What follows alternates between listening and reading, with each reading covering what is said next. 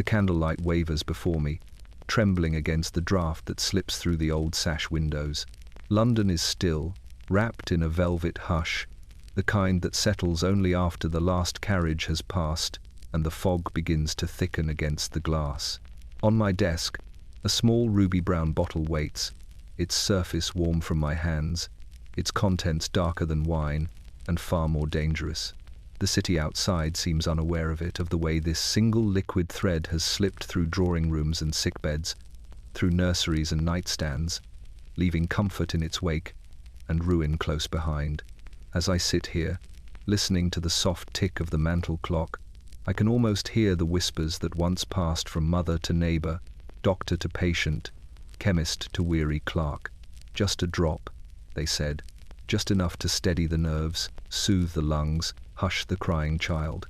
If you're listening now, stay with me, subscribe, and let me know where you're watching from. Stories like this one rise best in quiet hours, when the past feels close enough to breathe beside you. Because laudanum wasn't only a cure, it was a promise, a velvet-gloved escape dripped onto sugar cubes and stirred into bedtime tonics. It shaped Victorian nights in ways polite society never dared to admit. Tonight, we follow its trail through elegance, euphoria, addiction, and the shadows that gathered behind every beautiful room. Subscribe and stay with me. The fog runs deeper than the gas lamps reveal, and this city hides more than a single bottle can explain. Tell me, where are you listening from tonight? The past is never as distant as it seems. The fog comes first, pressing softly against the window panes as if trying to listen. It wraps itself around the street lamps, dulling their glow into pale halos that hover above the cobblestones. Inside, the room is barely warmer.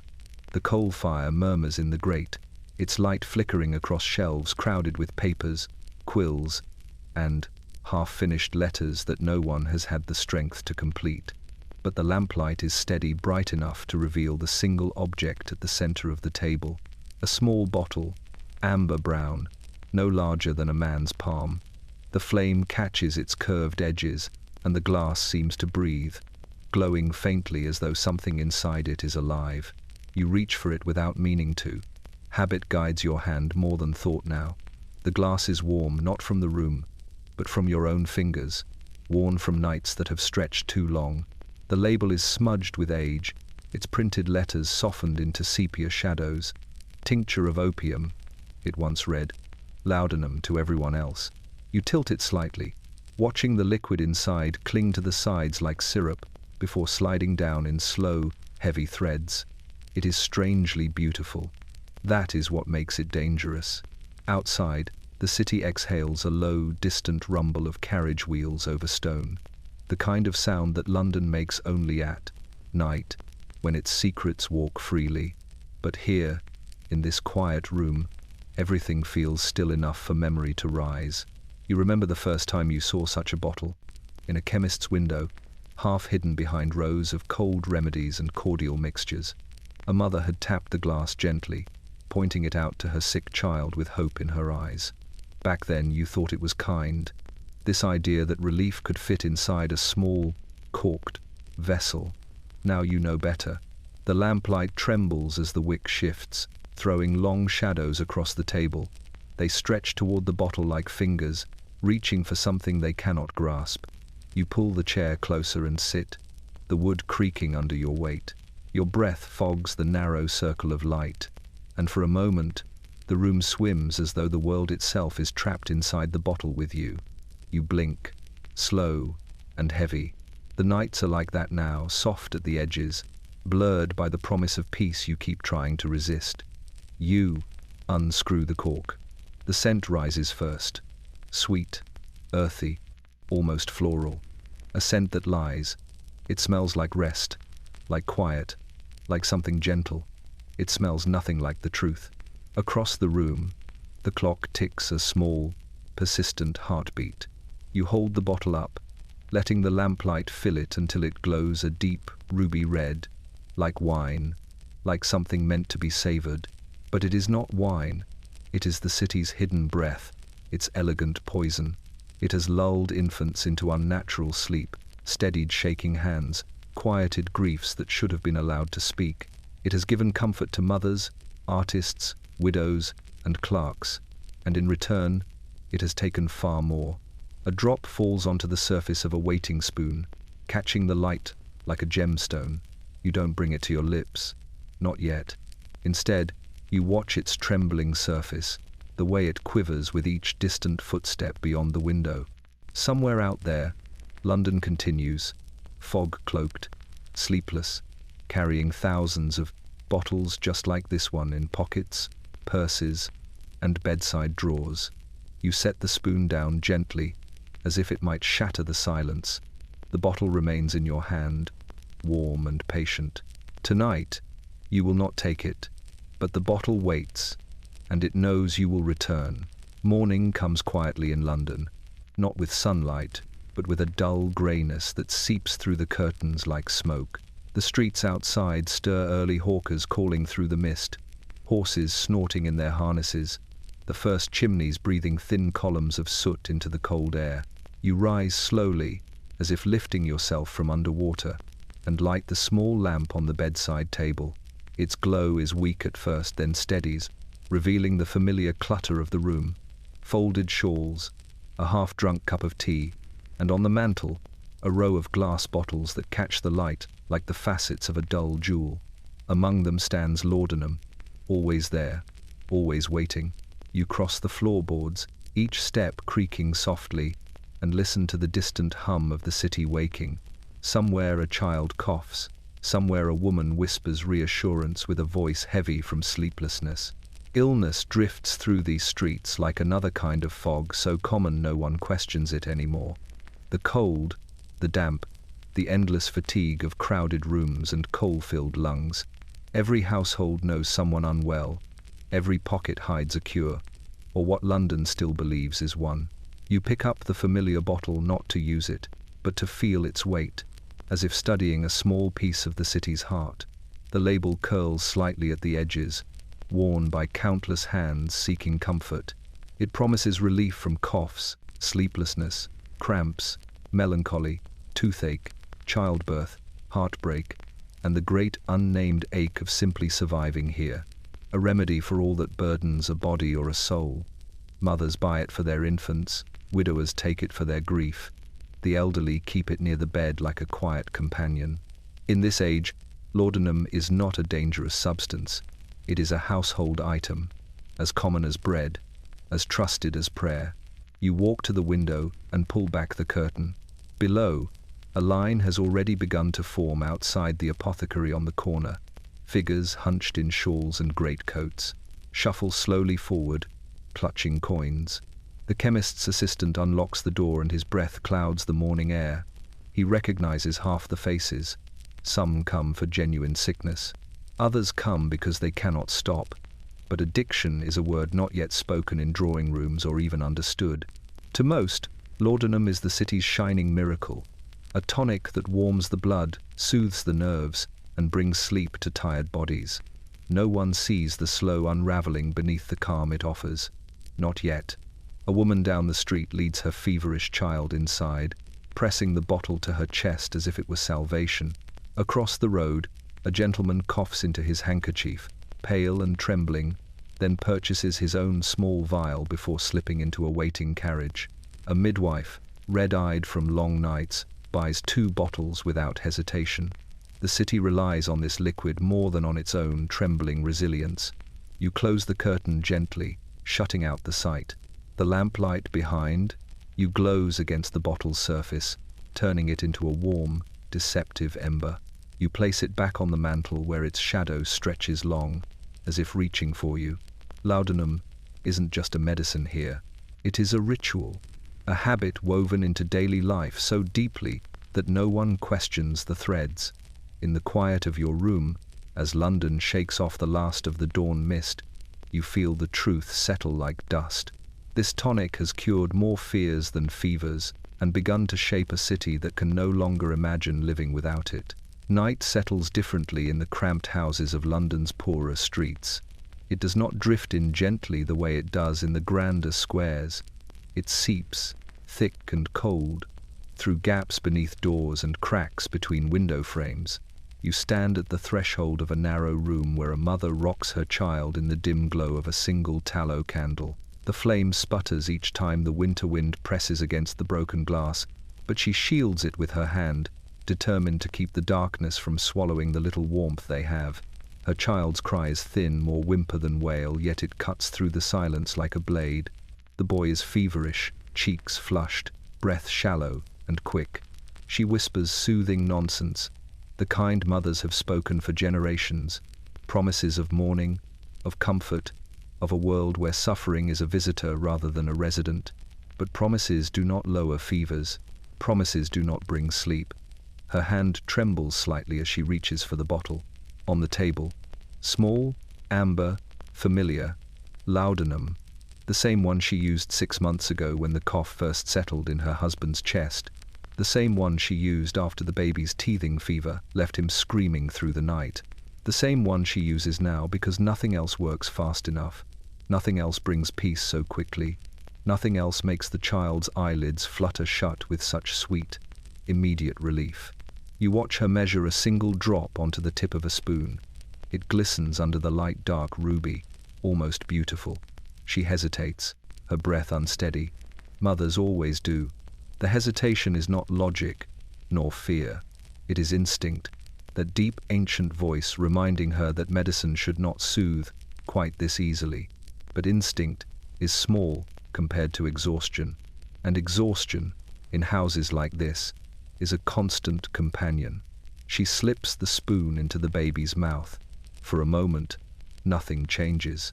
The child whimpers again, hiccups wetly, then slowly, softly his body relaxes, his breath steadies, his fists loosen, his small head falls against her shoulder, heavy and warm.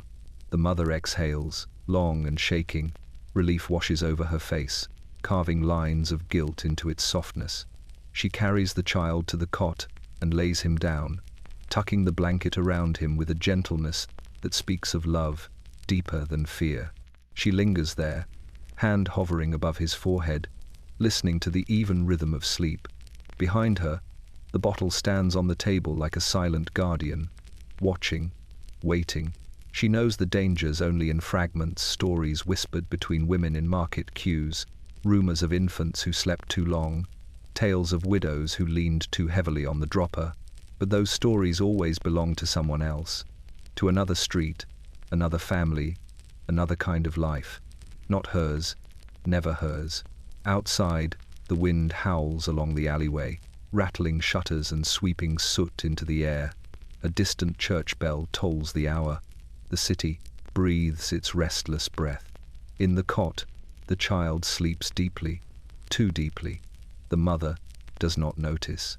She is already sinking into her own chair, eyelids heavy, shoulders slumped with the weight of every choice she has had to make in the dark. Tonight she rests. Tonight the house is quiet, but the bottle on the table glows softly in the candlelight, as if reminding her and you that nothing this powerful gives peace without taking something in return. The morning fog lies thick along the narrow streets, coiling around boots and doorsteps like a living thing. Lanterns flicker above shop fronts, their glass panes smeared with condensation, struggling to push back the greyness that clings to every surface. You walk slowly through the chill, listening to the gentle drip of last night's rain falling from gutters, the muted clatter of a milk cart turning a corner, and the rustle of newspapers tied into bundles before dawn. London wakes reluctantly, its breath visible, its joints stiff from damp and cold. You hear him before you see him, a voice thin but steady rising above the hush. Hear ye, hear ye. The town crier stands on a worn patch of cobblestone near the market square. His bell glints dully in the fog, swinging from his hand with each practiced motion. He has done this for decades, waking before the sun, walking the same path from square to square, ringing news into the streets long before anyone else stirs. Today, his coat buttons are mismatched, and the scarf at his neck is frayed from years of cold mornings. Still, he lifts the bell with a kind of pride, as if carrying the voice of the entire city. You approach slowly, noticing the tremor in his fingers. It's subtle, like a candle flame shivering in a draught. He doesn't seem to notice it himself, his arms moving in steady rhythm, his breath forming small clouds in the frigid air. Hear ye, hear ye. The latest from Parliament. He falters. The bell's next ring is softer than it should be. He clears his throat, tries again. New measures for. The words scatter, thin and uncertain. His lips move, but the sound fails to follow. He blinks hard, as though trying to recall something he knew only seconds before. His eyes lose their focus. The fog seems to drift into him rather than around him. A woman at a nearby stall watches him with a frown. She recognizes the look. Everyone has seen it by now, even if few speak of it openly. The crier steadies himself against the post behind him, one hand pressing against the wood as his breath grows shallow. You notice the bulge in his coat pocket, a familiar shape, small and rounded. A bottle. Laudanum. He has been taking it for months now, ever since the cough settled into his chest and refused to leave. A few drops before dawn so he can walk the streets without gasping for air. A few more when sleep refuses to come after long nights of pain. He told himself it was medicine. A blessing. A way to keep working, to keep living, to keep the cold from gnawing at his ribs. But the shaking has grown worse, and the morning doses have grown larger. The bell slips from his hand. It clatters onto the stones, sharp, startling, final. The sound cuts through the mist like a blade. He sways once, twice, as though deciding whether to sit or to fall. He falls. A small crowd gathers, faces pale in the dim light. Someone kneels beside him. Someone else calls for the surgeon's boy. The bottle in his pocket slips out and rolls across the cobblestones, tapping softly against the curb.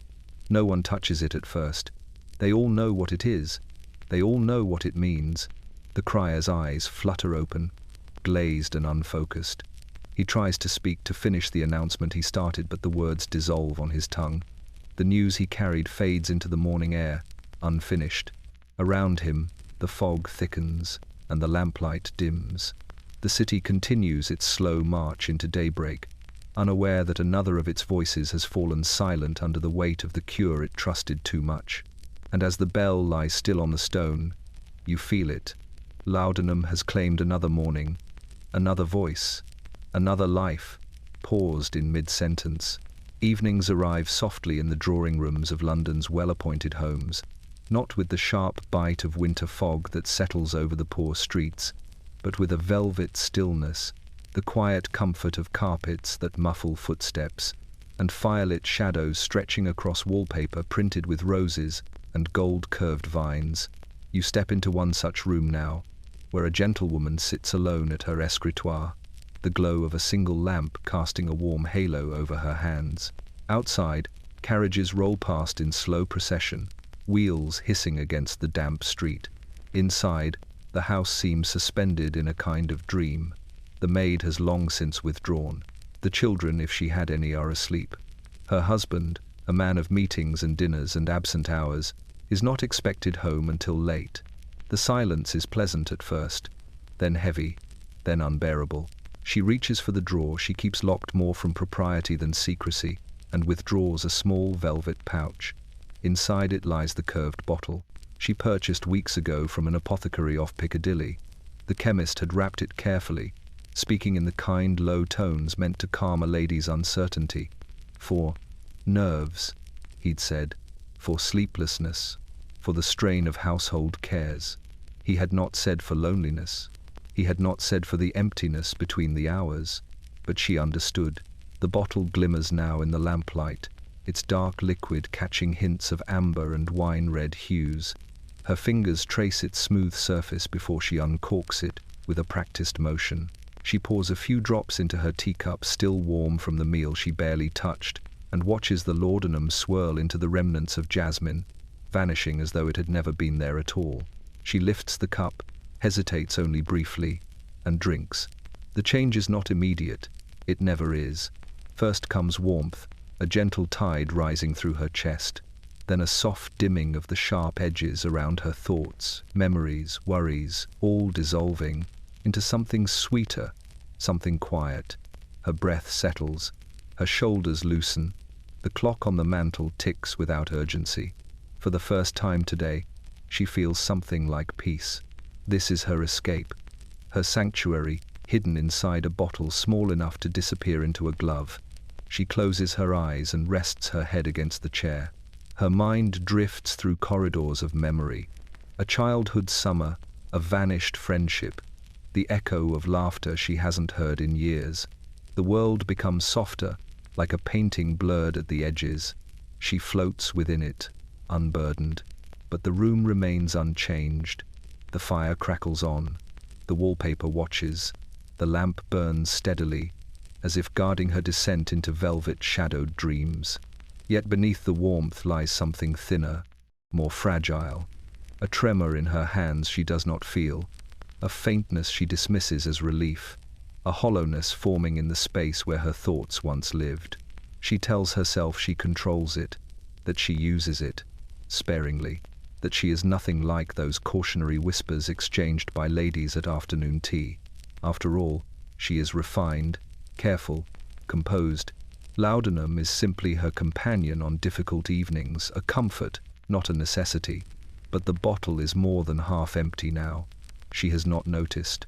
Outside, another carriage passes, its lantern briefly illuminating her window.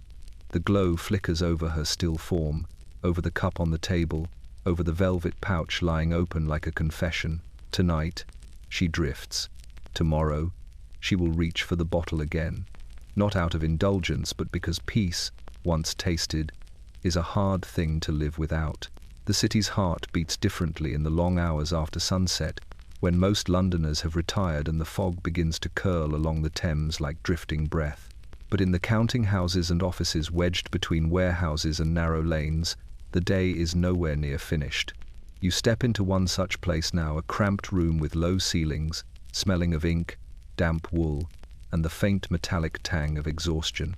A single clerk remains at his desk. He always remains.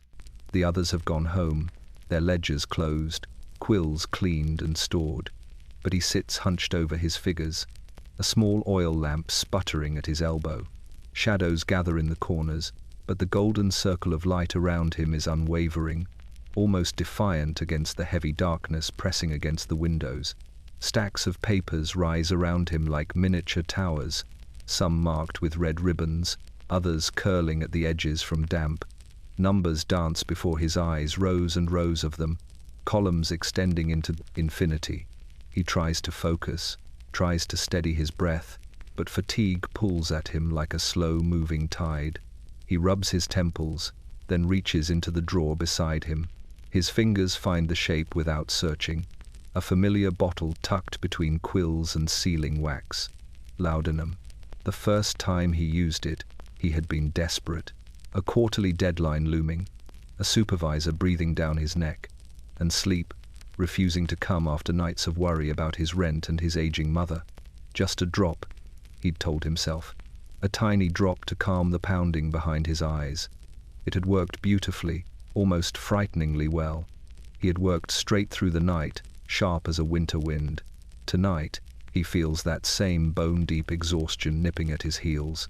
The numbers blur again. His hand tightens around the bottle.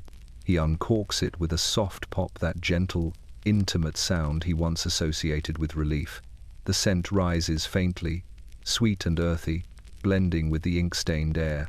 He pours a few drops into the dregs of the tea that have long gone cold, and the liquid swirls like a ribbon of dark silk before vanishing. He drinks. Within minutes, the world softens. The ache in his back melts away.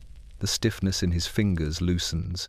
Even the ever-present hum of the street below becomes distant, no longer a distraction but a rhythm he can work within. He straightens, dips his quill, and begins to write again, neater, faster, more certain. The numbers no longer blur, they obey. Outside, the fog thickens until the view from his window disappears entirely, replaced by a pale, impenetrable whiteness. He hardly notices. His world has shrunk to this desk, this lamp, this bottle. Hours pass unnoticed. His handwriting grows smaller, tighter. His eyes glaze, but he continues, driven by something deeper than duty, a need to keep going, a fear of stopping. The room feels colder, though a sheen of sweat beads at his brow. His heart flutters not painfully, not yet, but, strangely, like a bird trying to escape a cage it does not understand. The lamplight dims. The ledger closes itself with a soft thump as his hand slips. The quill rolls from his fingers.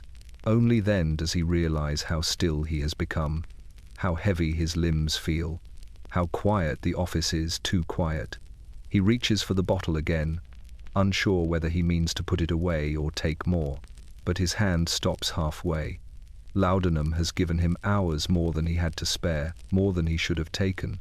And now, in the hush of the late-night office, surrounded by ink and ledgers and unfinished sums, he feels the cost settling quietly into his bones. Tomorrow, he will return, and the bottle will wait for him. Night deepens along the narrow street, and the gas lamps burn low, their halos trembling in the rising mist. Most shops have shuttered for hours, locking their wares behind thick wooden doors and drawn curtains. But at the far end of the lane stands a single shop with a lamp still glowing in the window, a soft amber glow that cuts through the fog like a whisper. You step closer, hearing the faint rattle of glass within. This is the apothecary after dark. The brass handle is cold as you open the door, and a bell above it gives a muted chime, half swallowed by the heavy air. Inside, the shop smells of lavender, camphor, dried herbs, and something deeper, something sweet, metallic, and faintly bitter. Rows of bottles line the shelves from floor to ceiling, their labels faded, their contents glowing softly in the lamplight, like trapped fragments of dusk. The apothecary himself stands behind the counter, spectacles perched low on his nose, sleeves rolled to his elbows. His face is tired, lined with the marks of long years spent measuring hope in drams and drops. The shop has closed officially. A sign hangs crookedly on the door, back at dawn, but he never truly leaves. Not anymore. The people who come at this hour do not wish to be seen. A knock sounds from the back door, 3 quick taps, followed by a pause. He glances at the front windows, ensuring the curtains are fully drawn, then shuffles across the floorboards with practiced steps. You follow the faint flicker of the lamp as he opens the back door just enough to allow a figure to slip in. A woman enters first, her cloak wrapped tightly around her, eyes cast downward. She's followed by a man whose hands tremble beneath his gloves. Then an elderly gentleman leaning heavily on a cane. They do not speak to one another. They barely breathe. They take their turns at the counter with the solemnity of worshippers approaching an altar. The apothecary asks no names. He notes no records. He merely weighs, pours, and raps. His hands move with precision, too precise, perhaps, for a man his age, but he has grown accustomed to the faint tremble that threatens at the edges of his fingers. He hides it well, though not from himself. When the last customer leaves, he locks the back door and stands quietly in the dimness, listening to their footsteps fade into the night. He leans against the counter then, exhaling slowly. His eyes drift to a drawer beneath the scales. He opens it. Inside lies his own bottle. The glass glows like a captured ember in the lamplight. He stares at it for a long moment, the weight of the day bowing his shoulders. He has seen too many faces tonight, faces worn thin by grief, by sleeplessness, by the relentless pace of a city that asks too much and gives too little. He knows the signs, he knows the symptoms. He knows, better than anyone, how dependency grows, quiet as dust, steady as winter. But the nights have become longer, and he is only one man. He uncorks the bottle with a soft, weary sigh and lets a single drop fall onto his tongue. The sweetness spreads across his senses, carrying with it the familiar warmth he no longer admits aloud. It dulls the ache in his joints, eases the tightness behind his eyes, blurs the memories of the customers he cannot help as much as he wishes he could. For a brief moment, he feels restored. Then comes the shame, thin, fleeting, but real. He returns the bottle to the drawer and closes it carefully, though he knows he will open it again before dawn breaks over the chimneys. The lamp flickers once, twice, as though warning him, before settling into a dull glow. Outside, the fog thickens. Inside, the apothecary dims his light, sits heavily behind the counter, and waits. For morning, for absolution, for another night just like this one. The fog settles earliest over the rooftops of London, slipping along chimneys and sinking into the narrow gaps between brick walls before evening has fully arrived. In the grander homes, where iron gates guard polished stone steps, the fog does not creep, it glides, soft as a sigh. The lamps in the nurseries glow warm against it, like fireflies caught behind frosted glass. You ascend one such staircase now, your hand trailing along a banister smoothed by years of hurried footsteps and whispered lullabies. At the top, the corridor is lined with closed doors, each one leading to a world of nighttime routines, stories read in soft voices, blankets tucked beneath tiny chins, toys waiting in neat rows for morning to wake them again. But behind one door, the air feels different. Still, too still. Inside the nursery, the fire burns low, casting a faint orange shimmer across the wallpaper patterned with moons and ships. Rocking horses stand as silent sentinels. A wooden soldier leans at an angle, frozen mid-march. But you notice first the quiet, the heavy, unnatural silence that blankets the room, thick enough that even the ticking clock seems hesitant to break it. A nanny sits beside the crib, her face pale in the wavering light. She clasps her hands together so tightly her knuckles shine white, and her breath comes in shallow waves. She glances toward the doorway, as though fearing someone might see what she has done or what she may not be able to undo. In the crib lies the child, not crying, not stirring, sleeping too deeply. The nanny's eyes keep drifting to the small bottle on the side table, a bottle she did not buy herself. It belonged to the lady of the house, given with good intentions, praised by the apothecary, recommended by neighbors who swore by its miraculous effects. A drop to soothe colic, a drop to calm teething pains, a drop to bring sleep to a restless infant on stormy nights. But tonight, the lady had retired early, overcome by dinner, guests, and a lingering headache. The master of the house was at his club, and the baby, overtired, feverish, inconsolable, had cried for hours, voice cracking, cheeks burning. The nanny had rocked him, walked with him, whispered to him, but nothing eased the screams. And so, trembling, she had taken the bottle. Just one drop. One. The child had quieted swiftly, too swiftly. The relief had washed over her like a warm tide, bringing tears to her eyes. For a few precious minutes, she had believed she'd done the right thing, that she had finally given him rest. But the silence grew heavier, longer, too complete. Now she sits rigid in her chair, leaning forward slightly to listen to the child's faint breaths. Each exhale is shallow, disappearing almost before it begins. She touches his hand, soft, limp, unnervingly cold.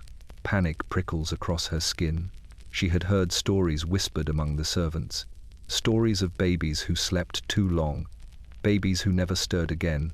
She rises suddenly, nearly knocking over the chair, and moves to open a window for air. But the winter wind bites fiercely, billowing the curtains and extinguishing half the light.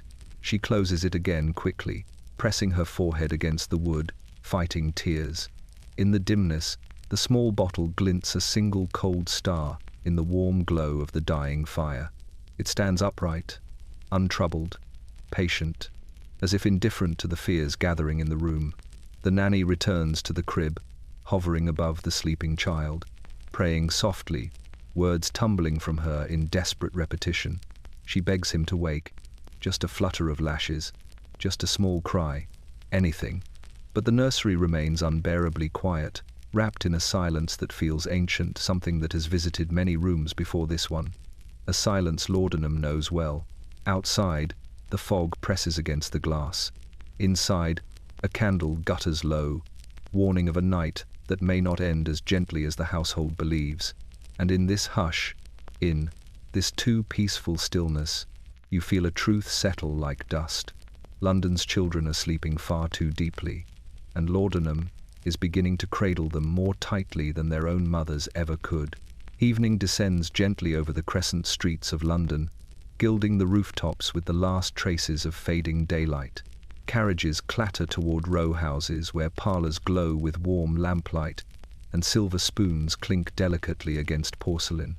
This is the hour society adores when guests remove gloves, spread skirts, and settle into well-cushioned chairs for gossip, disguised as conversation. You step inside one such drawing room, the air fragrant with bergamot and rosewater. The hostess floats between her guests like a well-practiced conductor, adjusting the angle of lamps, smoothing the lace on the tea table, offering smiles that look effortless only because they have been worn for years. Her hair is pinned neatly, her gown impeccable, but her eyes flick toward the clock more often than toward her guests. She is waiting for the last of them to arrive, for the rhythm of the evening to settle into place. A maid enters, carrying a silver tray, its surface gleaming beneath the chandelier. On it rests a teapot that glows faintly in the warm light, cups set in perfect circles around it. Steam curls upward, it smells soothing, comforting, ordinary. But beside the teapot lies a tiny vial wrapped in a handkerchief, hidden just enough to be deniable, visible just enough to be familiar. The hostess reaches for it with practiced ease. She pours several cups, her hands steady even as the guests fall into murmured chatter. A lady near the fireplace fans herself slowly, complaining in soft tones about a headache that has plagued her since morning. Her friend leans closer, voice dipped in concern but edged with curiosity. Another woman laughs too brightly, her breaths shallow, cheeks flushed. Across the room, a gentleman in a waistcoat tries to hide the tremble in his fingers. They all see the vial. They all know it is there, and no one speaks of it. The hostess unwraps it, uncorks it with a movement hidden by the teapot's angle, and lets a few drops fall silently into her own cup. The amber liquid dissolves instantly, swallowed by the pale tea as though it were always meant to be there. She takes a slow sip, closing her eyes for a brief moment as warmth spreads through her chest. Her shoulders loosen. The forced tension of the evening melts. A guest notices and smiles knowingly. She lifts her own cup, waiting. The hostess hesitates, just for a breath. Then she gives the slightest nod. Another drop, into another cup. Soon the vial has passed quietly around the table, its movements tucked between polite conversation and delicate laughter. The guests drink deeply, sighing at the gentle, creeping warmth that settles over them. The room brightens not from lamplight, but from the softness slipping into their veins. Their worries dissolve like sugar stirred into tea, but the sweetness is deceptive. Moments later, the room shifts. Not violently, subtly, as though someone has moved the floor half an inch to the left. A lady giggles at nothing, then catches herself. A gentleman forgets the thread of his own sentence and blinks slowly, as though waking from a dream. The hostess watches it unfold with the familiarity of someone who has lived these evenings many times before. Her tea grows cold, her smile grows fixed. What begins as comfort always ends the same way. Eyes glassy, voices soft, drifting toward silence. Bodies sinking into chairs as though gravity has deepened. The maid clears cups with eyes lowered, careful not to linger too long on the half-empty vial. Outside, the fog wraps its fingers around the windows, dimming the world beyond the glass. Inside, society continues its ritual tea served with politeness, conversation dusted with charm, and laudanum dissolving quietly into every fragile piece they can no longer find without it. By the time the guests rise to leave, their steps are slow, their smiles faded, their minds distant. The hostess remains at the door, watching them disappear into the mist, holding the tiny vial in her hand like a secret she can no longer imagine living without. Tonight's tea has done its work, and the vial, lighter now, will be waiting again tomorrow. The fog drifts low tonight, sliding along the cobblestones in thin, shifting ribbons. It moves as though it remembers every story whispered into it, every secret carried through these winding streets. London has always been a city with ears. The alleys listen, the gutters murmur. The stones beneath your feet hold memories the way old wood holds heat.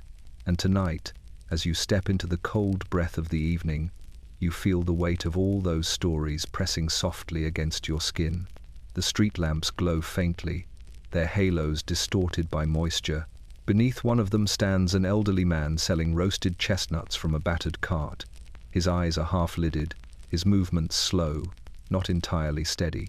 You notice the bottle peeking from his coat pocket. He warms his hands over the brazier not just against the cold, but because his nerves will not stop trembling without help. Even the vendors who once shouted with bright, clear voices now move through the streets with a subdued heaviness, their gazes drifting, their breaths slow.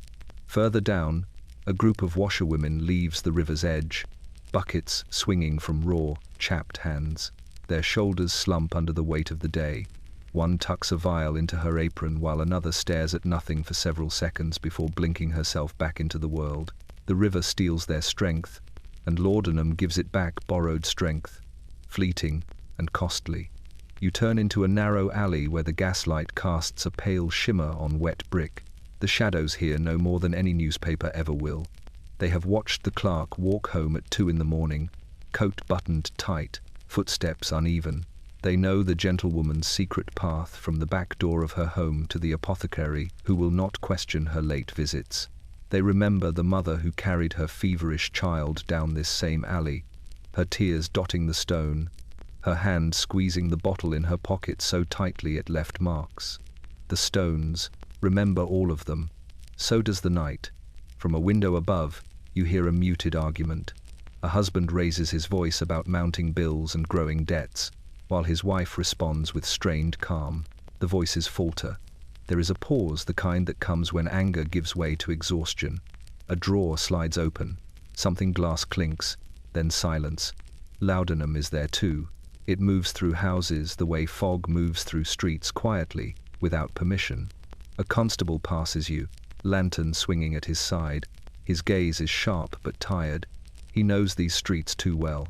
He knows which houses have grown too quiet, which men stumble home too slowly, which mothers live in fear of nights that have become too long. He pauses near the doorway of a tavern, where patrons spill out into the cold air, their laughter thick and unsteady. Behind the bar, the innkeeper keeps a small bottle, hidden beneath stacks of cups, something he offers when ale cannot drown. A man's worries fast. Enough. Even the music here has softened. A violinist plays near the market square, bow dipping with a delicate tremor. Each note wavers slightly, slipping in and out of clarity like a lantern flickering in the wind. A small box sits open at his feet, coins scattered inside. Beside it, hardly noticeable unless you are looking, lies a tiny corked bottle, its label worn away by countless nights. Laudanum has found its way into every corner of this city, not as an intruder, but as a companion, a shadow that walks with the weary, whispers comfort to the lonely, steadies the trembling hands of the desperate. You stand still for a moment, letting the night breathe around you. The fog curls close, brushing your coat, filling your lungs with cold air tinged with smoke and river damp. You listen not to the people, but to the city itself. London speaks, not in words, but in footsteps, in silences, in the soft clink of glass bottles hidden in pockets and pouches. The streets hear everything, and tonight they carry a single truth, like a heartbeat under the stone. Laudanum is no longer a cure. It is the quiet language of a city trying to soothe its own pain, one trembling drop at a time. The morning begins with a soft rattle, not the rattle of carriage wheels or coal being shoveled into hearths, but something smaller, something human, a tremor, faint and quick, quivering at the edge of a man's fingertips as he lifts a cup of tea to his lips. You see it first in the dim kitchen of a modest townhouse, where the cold has crept through the walls overnight, settling deep into the bones of those who live within. The man, Mr. Alderton, a clerk for a shipping firm, sits hunched over the table, steam drifting from his untouched tea. His wife stands near the stove, stirring porridge with a wooden spoon worn smooth from years of use. She glances at him, brows knitting when she catches the tremble in his hand. She says nothing at first. Wives are used to reading their husbands' silences as if they were printed letters. "Cold morning," she offers gently. He nods, though the tremor does not ease. He curls his fingers around the cup, willing the warmth to steady him. But warmth is no longer enough. You know that he keeps a small bottle in the inside pocket of his coat, a bottle he believes she does not know about. But she does. She has noticed the way he drifts when he returns home, the softened look in his eyes, the faint sweetness on his breath. She has seen the way he reaches for that pocket, not out of habit, but out of longing. Upstairs, the housemaid draws open the curtains in the nursery, her own hands trembling slightly as she folds blankets and wipes down the small wooden crib. She slept poorly again. Her heart raced most of the night for reasons she cannot name. A few drops in the evening to calm her nerves, nothing more, she tells herself. But the shaking returns each morning, and the fear of it grows larger. Across the city, in a genteel home off Bedford Square, a young woman sits at her vanity, running a brush through her hair. The brush catches for a moment, not in a tangle, but because her hand jerks unexpectedly. She laughs softly at herself, as if amused by her own clumsiness. But in the mirror, her eyes flick down to the drawer where she keeps her laudanum tucked beneath lace handkerchiefs. The tremor worsens each hour she tries to go without it. The city watches them all. The lamplighters, trimming wicks before dawn, must steady their hands on ladders. Porters lifting crates at the docks find their fingers twitching as the cold air hits them. Schoolmasters, chalk in hand, pause mid-sentence as their letters wobble on the slate. London blames the weather, or fatigue, or the damp. It does not yet blame the bottle. No one speaks the word dependency, not in the parlours, not in the taverns, not in the lines outside apothecaries. The tremors are personal, private, easily hidden in gloves or pressed hands or folded arms. Yet they spread quietly, steadily through the city, like a secret current. Late in the morning, Mr. Alderton finally rises from the table. "Best get on with it," he mutters, though his voice cracks slightly. He reaches for his coat. His wife notices the way his hand hovers over that inside pocket.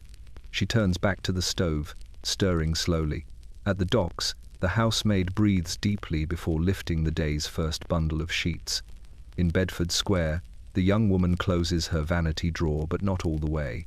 All across London, trembling hands begin another day, and the bottles that caused it remain hidden, patient, waiting for the moment weakness outweighs pride.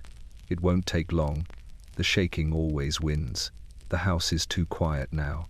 It has been this way for months, ever since the last footsteps faded down the front steps, the undertaker's boots echoing against the stone as he carried her husband away for the final time. You stand in the dim corridor with her, where the wallpaper has begun to yellow around the edges, and the air carries that unmistakable stillness that settles after grief has overstayed its welcome. Mrs. Harrow hasn't moved many of his things. His coat still hangs on the peg beside the door. His shaving brush still stands in its little porcelain mug. His spectacles remain on the side table where he left them the night before the fever took him. She dusts around them, never touching them, as if the smallest shift might erase the last trace of him. The mornings are the worst. She wakes before the sun, heart pounding, breath shallow, reaching instinctively for the man who once slept beside her. But the space is cold, and her hand closes on only the memory of warmth. This is when she reaches for the bottle, not the one the doctor prescribed during her husband's final days, that one sits untouched, half full, on the mantel, out of respect. No, the bottle she uses now is smaller, darker, carefully hidden in the drawer of her bedside table. Laudanum. She does not take much, just enough to soften the edges of the world, enough to let her sit upright, tie her shawl, and walk downstairs without feeling the crushing weight of absence pressing down on her heart. She tells herself she will stop soon, perhaps tomorrow, perhaps after the last thank you letter has been written, or the next rain passes, or the next church service ends. Grief, after all, should fade with time, but hers only sharpens. You follow her through the sitting room. The curtains remain drawn until noon, though she insists it is to protect the fabric from the sun. She moves slowly, her fingers brushing lightly over furniture, as though anchoring herself to the world. When she reaches the mantel, Her gaze lingers on a portrait, her husband seated in his favorite chair, eyes warm even through the glass. She presses her fingers to her lips, then to the frame.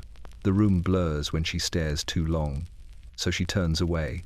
By afternoon, neighbors stop by with pies and polite condolences wrapped in good intentions. They speak softly, as though her grief might shatter if touched too roughly. She nods along, keeps her hands folded neatly, and hides the tremor that begins just beneath her gloves. Their voices fade into static.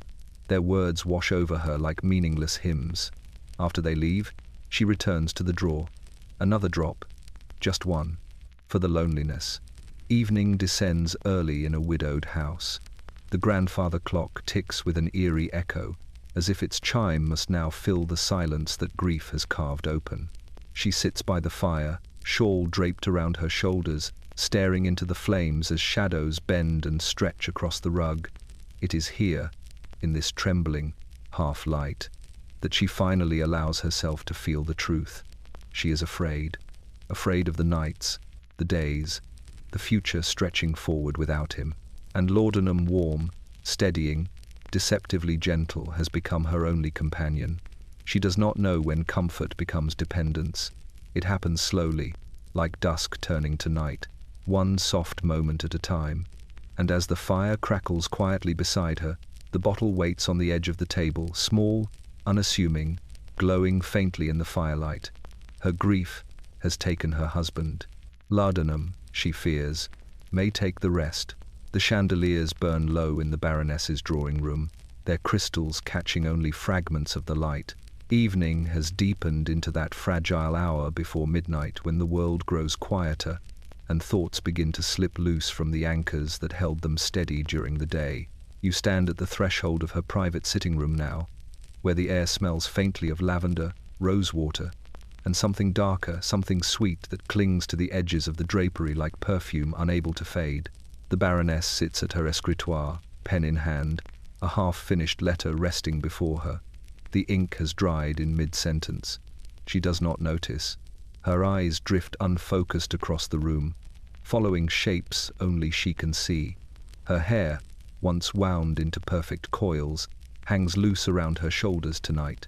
Even her gown, elegant but slightly wrinkled, tells a story of hours spent drifting in and out of consciousness. On the table beside her rests an ornate crystal bottle, its stopper crafted like a flower bud, petals frozen mid-bloom. Inside, the laudanum glows a deep amber, catching the lamplight in soft pulses. She reaches for it now without looking, as though guided by instinct rather than sight. A single drop falls onto her waiting teaspoon. Then another, almost too many. Her hand trembles only slightly as she brings it to her lips. She closes her eyes. For a moment, nothing moves. The room seems to inhale with her, as though it too waits for the familiar warmth to settle into her veins. It arrives slowly, blooming behind her ribs, softening her breath, loosening the tightness in her throat. The letter before her blurs at the edges until the words lose their shape entirely. She does not know what she meant to write. She does not remember whose name she meant to address. The world, once sharp and heavy, becomes a watercolor wash. Earlier that evening, she hosted a dinner, 8 guests, fine dishes, immaculate conversation, or so she thinks. The memory stands behind a veil, dim and flickering. She recalls laughter that echoed too loudly. She recalls staring too long at her reflection in the silverware, searching for something she recognized. She recalls one of the ladies touching her arm and saying, "My dear, are you unwell?" And she recalls smiling too wide, too still, and excusing herself under the guise of fatigue. Fatigue is polite. Laudanum is private. Addiction is unspoken. She rises now from the escritoire, though her steps falter slightly as she crosses the room. Her hand grazes the back of a velvet chair, steadying herself. The fire in the grate pops, scattering embers that glow like tiny warnings. She does not notice. Her thoughts wander to her childhood estate fields she once ran through. A mother who braided her hair. A vast sky she believed belonged only to her. But the images slip, and she cannot hold them. They dissolve into shadows, soft and warm. She stops near the portrait on the wall. Her husband's face stares down, captured in oils, eyes calm, posture proud. She presses her fingertips lightly to the canvas, tracing the line of his jaw, the curve of his smile. But even he feels like a story someone once told her. Every familiar face has begun slipping sideways, becoming less real with each passing night. She whispers his name. It does not sound right. She whispers her own. That sounds worse. The room sways gently, as though rocking her like a child. She returns to her escritoire, sits, and dips her pen once more into the ink. The nib scratches softly across the page, but the letters are wrong. The words are wrong. Even her signature is a stranger's hand. She lets the pen fall. Her eyes drift toward the laudanum bottle, still warm from her touch. Outside the window, the fog thickens, pressing softly against the glass as if trying to enter. And in the stillness of the Baroness's private chambers, you feel it, the quiet unraveling of a life once defined by elegance and certainty. Laudanum has made her world softer, yes, softer until it blurred, softer until it folded, softer until even her own name slipped like silk through her trembling hands. The attic studio smells of turpentine, damp canvas, and the faint sweetness of oil paints left open too long. The single skylight above is clouded with soot, letting in only a washed-out smear of grey morning light. You push open the door gently, and it groans on its hinges, releasing a breath of cold air that stirs the drop cloths scattered across the wooden floor. In the far corner, half hidden behind an easel splattered with reds and golds, sits the artist. He is young, though grief and sleeplessness have worn deep shadows beneath his eyes. His hair curls in uneven strands, stiffened by dried paint. The collar of his shirt is smudged with umber and crimson, giving him the look of a man who has been consumed by his work or devoured by something darker. On the table beside him lies a small bottle, laudanum. He keeps it uncorked. His fingers tremble as he lifts a paintbrush dipped in a vivid, blood-like red. The color fascinates him lately, its warmth, its intensity, its ability to bleed emotion across the canvas in a way words never could. He drags the brush slowly across the linen, leaving a sweeping stroke that glows in the half-light like a wound. He pauses, breath unsteady. His heart thumps too quickly. He swallows another drop from the bottle. It burns down his throat like honeyed fire. He tells himself it sharpens his mind, opens his vision, brings clarity and brilliance to the world. And at first, it had. Laudanum made the colors brighter, the shadows deeper, the lines more fluid. It unshackled the imagination he once struggled to summon. Commissions flowed in. Patrons praised the emotional depth of his portraits. They said he captured souls. But now the colors blur. Now the visions come too quickly. Now the world spins if he stands too long. On the canvas before him, a woman's face begins to emerge, eyes half-lidded, lips parted, features soft with sorrow. Or is it longing? Or fear? Even he isn't sure anymore. The lines shift each time he blinks, reshaping themselves into something new. He dips his brush again. Red, always red. A memory flickers his sister, pale with fever, lying in a narrow bed while he mixed laudanum into her tea, hands shaking with desperation and love. She'd slept deeply that night, and the next, and then no more. He paints faster. The strokes become erratic, frantic. The reds deepen into near black. The woman's face dissolves into something that looks like a scream caught in silence. His hand shakes so violently that droplets of paint speckle the floor.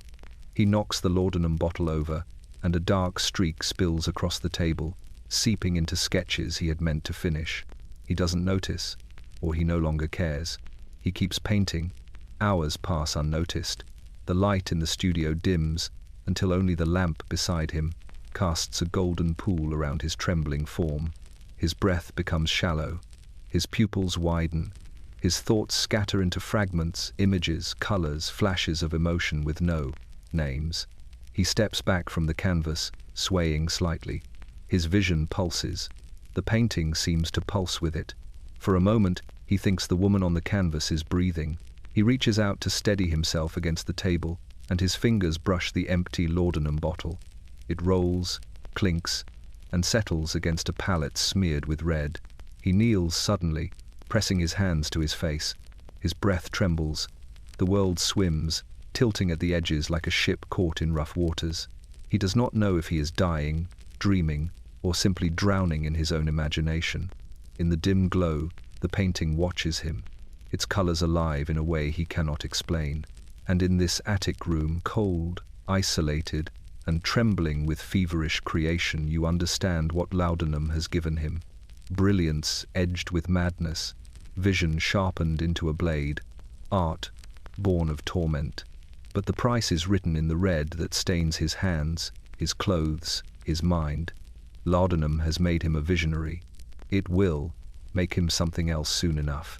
The theatre lies hushed in the late afternoon, long before the audience gathers and long after the morning bustle has quieted. Dust floats through the golden shafts of light, slipping between velvet curtains, drifting like slow-falling ash. You step onto the stage now, where scattered sheet music lies in delicate disarray, pages curled at the corners, ink smudged where trembling fingers once brushed against margins. At the center of the room sits the musician.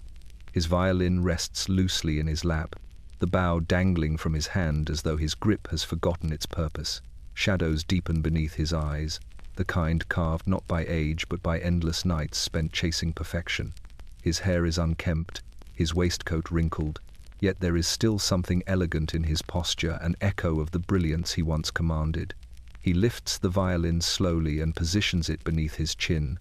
The bow trembles as it touches the strings. He inhales, closes his eyes, and begins to play. The first note wavers, not from lack of talent, but from something deeper, something hollow gnawing at the heart of the sound. He presses harder, forcing the note to steady. It sharpens, brightens, and then dissolves again, slipping through his fingers like smoke. He lowers the bow with a frustrated sigh. On the nearby chair sits the small brown bottle that has become his silent companion. He used to keep it tucked, discreetly in his coat pocket. Now it sits openly beside him, unashamed, as necessary as rosin and strings. The cork is already loosened, waiting for him like an audience that never tires. He reaches for it reflexively, but hesitates. He remembers a time not long ago when music flowed easily, when melodies blossomed in his mind, clear and bright as daylight on polished brass, when his fingers danced across the strings with a confidence that bordered on magic, when patrons filled the hall just to see him step into the light. Perfection is a demanding master, excellence an unforgiving one, and he had turned to laudanum for help, first to calm his nerves before performances, then to steady his trembling fingers, then to quiet the whispers of self-doubt that crept into his mind after each applause faded.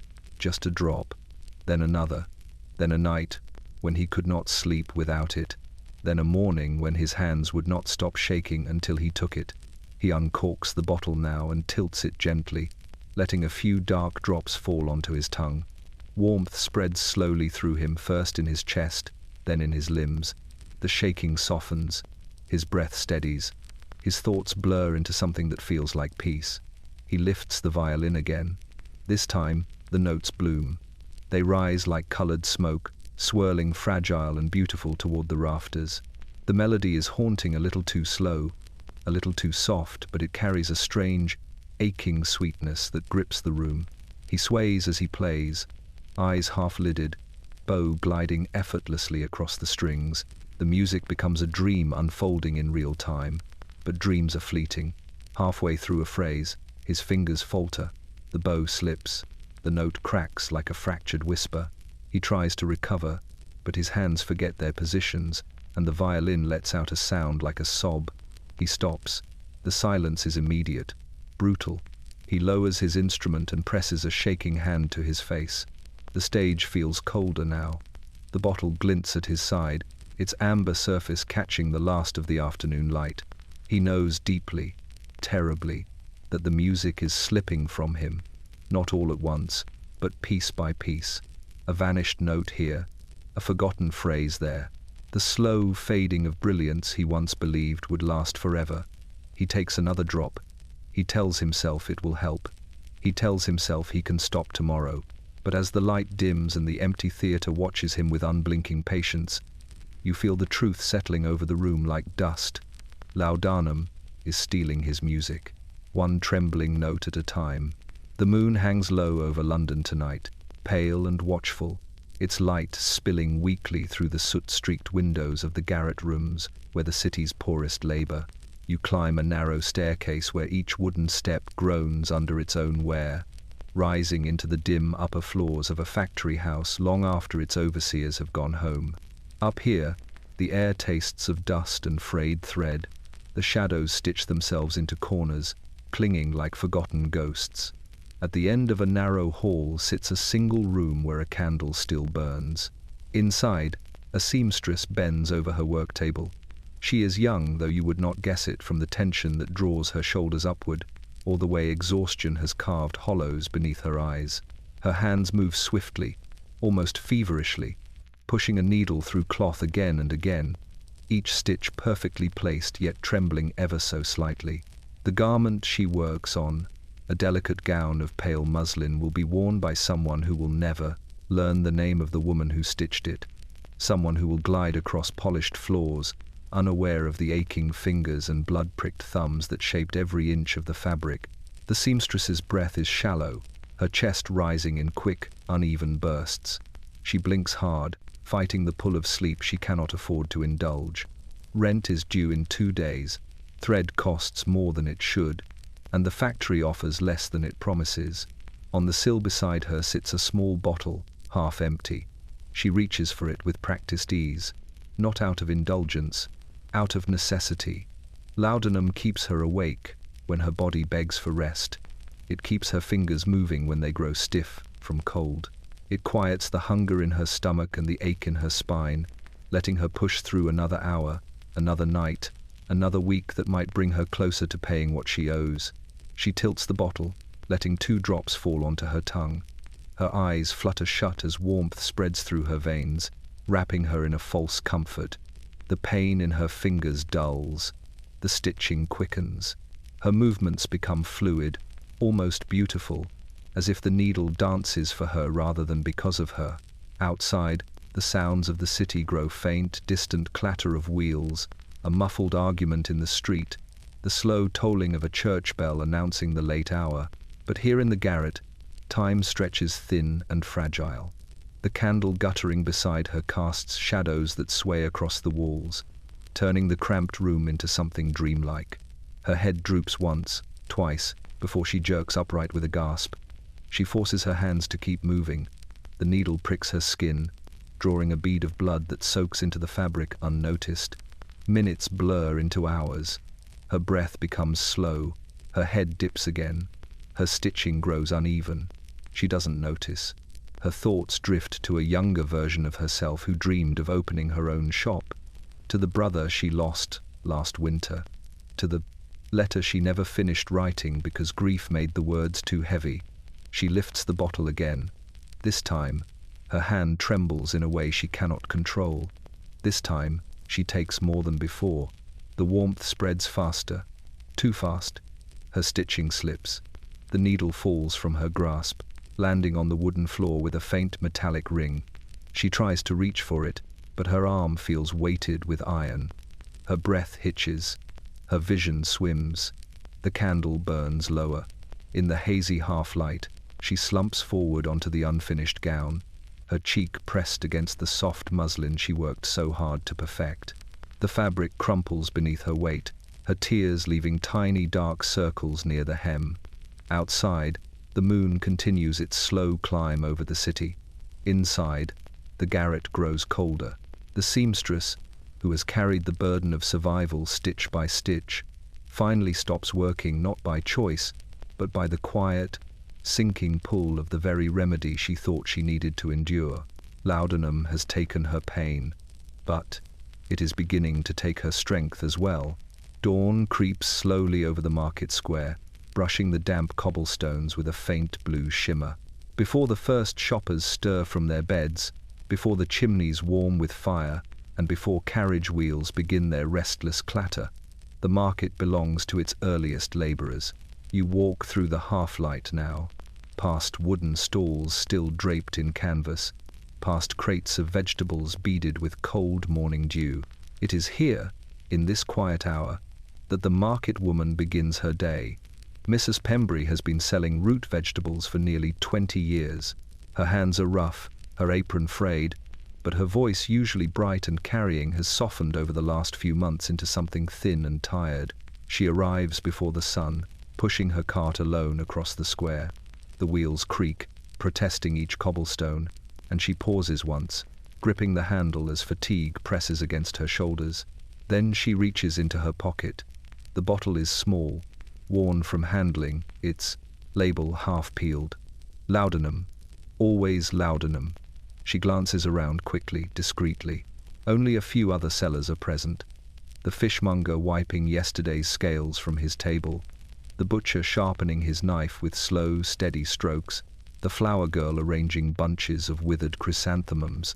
They all have their own secrets, their own burdens, but none pay much attention to hers. Mrs. Pembury uncorks the vial and tips a few drops beneath her tongue. The chill in her bones loosens. Her breath steadies. Her vision clears just enough. She pushes the cart the rest of the way to her stall and begins unpacking. Carrots, potatoes, onions, turnips.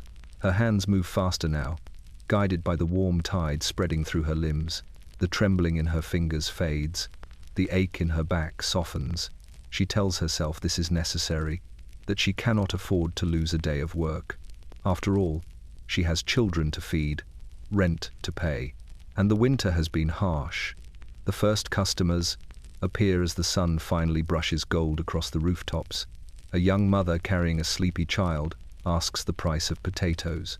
Mrs. Pembury smiles and answers kindly, though a flicker of dizziness shadows her expression. A gentleman stops for carrots. She wraps them quickly in brown paper, but not before the edges of her vision blur for a moment. More customers come. She keeps smiling, keeps working, keeps sipping from the bottle when no one is looking. Hours stretch on. The market swells with voices haggling, laughter, argument, gossip. The air thickens with the scent of fish, bread, horse sweat, and wet wool. Mrs. Pembury feels it all through a gentle haze, a pleasant numbness, a floating sensation that keeps her upright even when her body threatens to collapse. But the numbness grows heavier by noon. She reaches for a crate, but her grip slips and potatoes spill across the stones. A few roll beneath other stalls. She apologizes breathlessly, bending to gather them. But the world tilts as she kneels. Her heart races in a fast, frantic flutter. Her fingers go cold. The fishmonger hurries over. "You all right, Pembury?" he asks. She nods too quickly, too eagerly. He watches her for a moment longer than usual. His eyes drift to her pocket. Then he turns away because everyone here knows someone who relies on the bottle, and none dare speak it aloud. She rises slowly, gripping the stall for balance.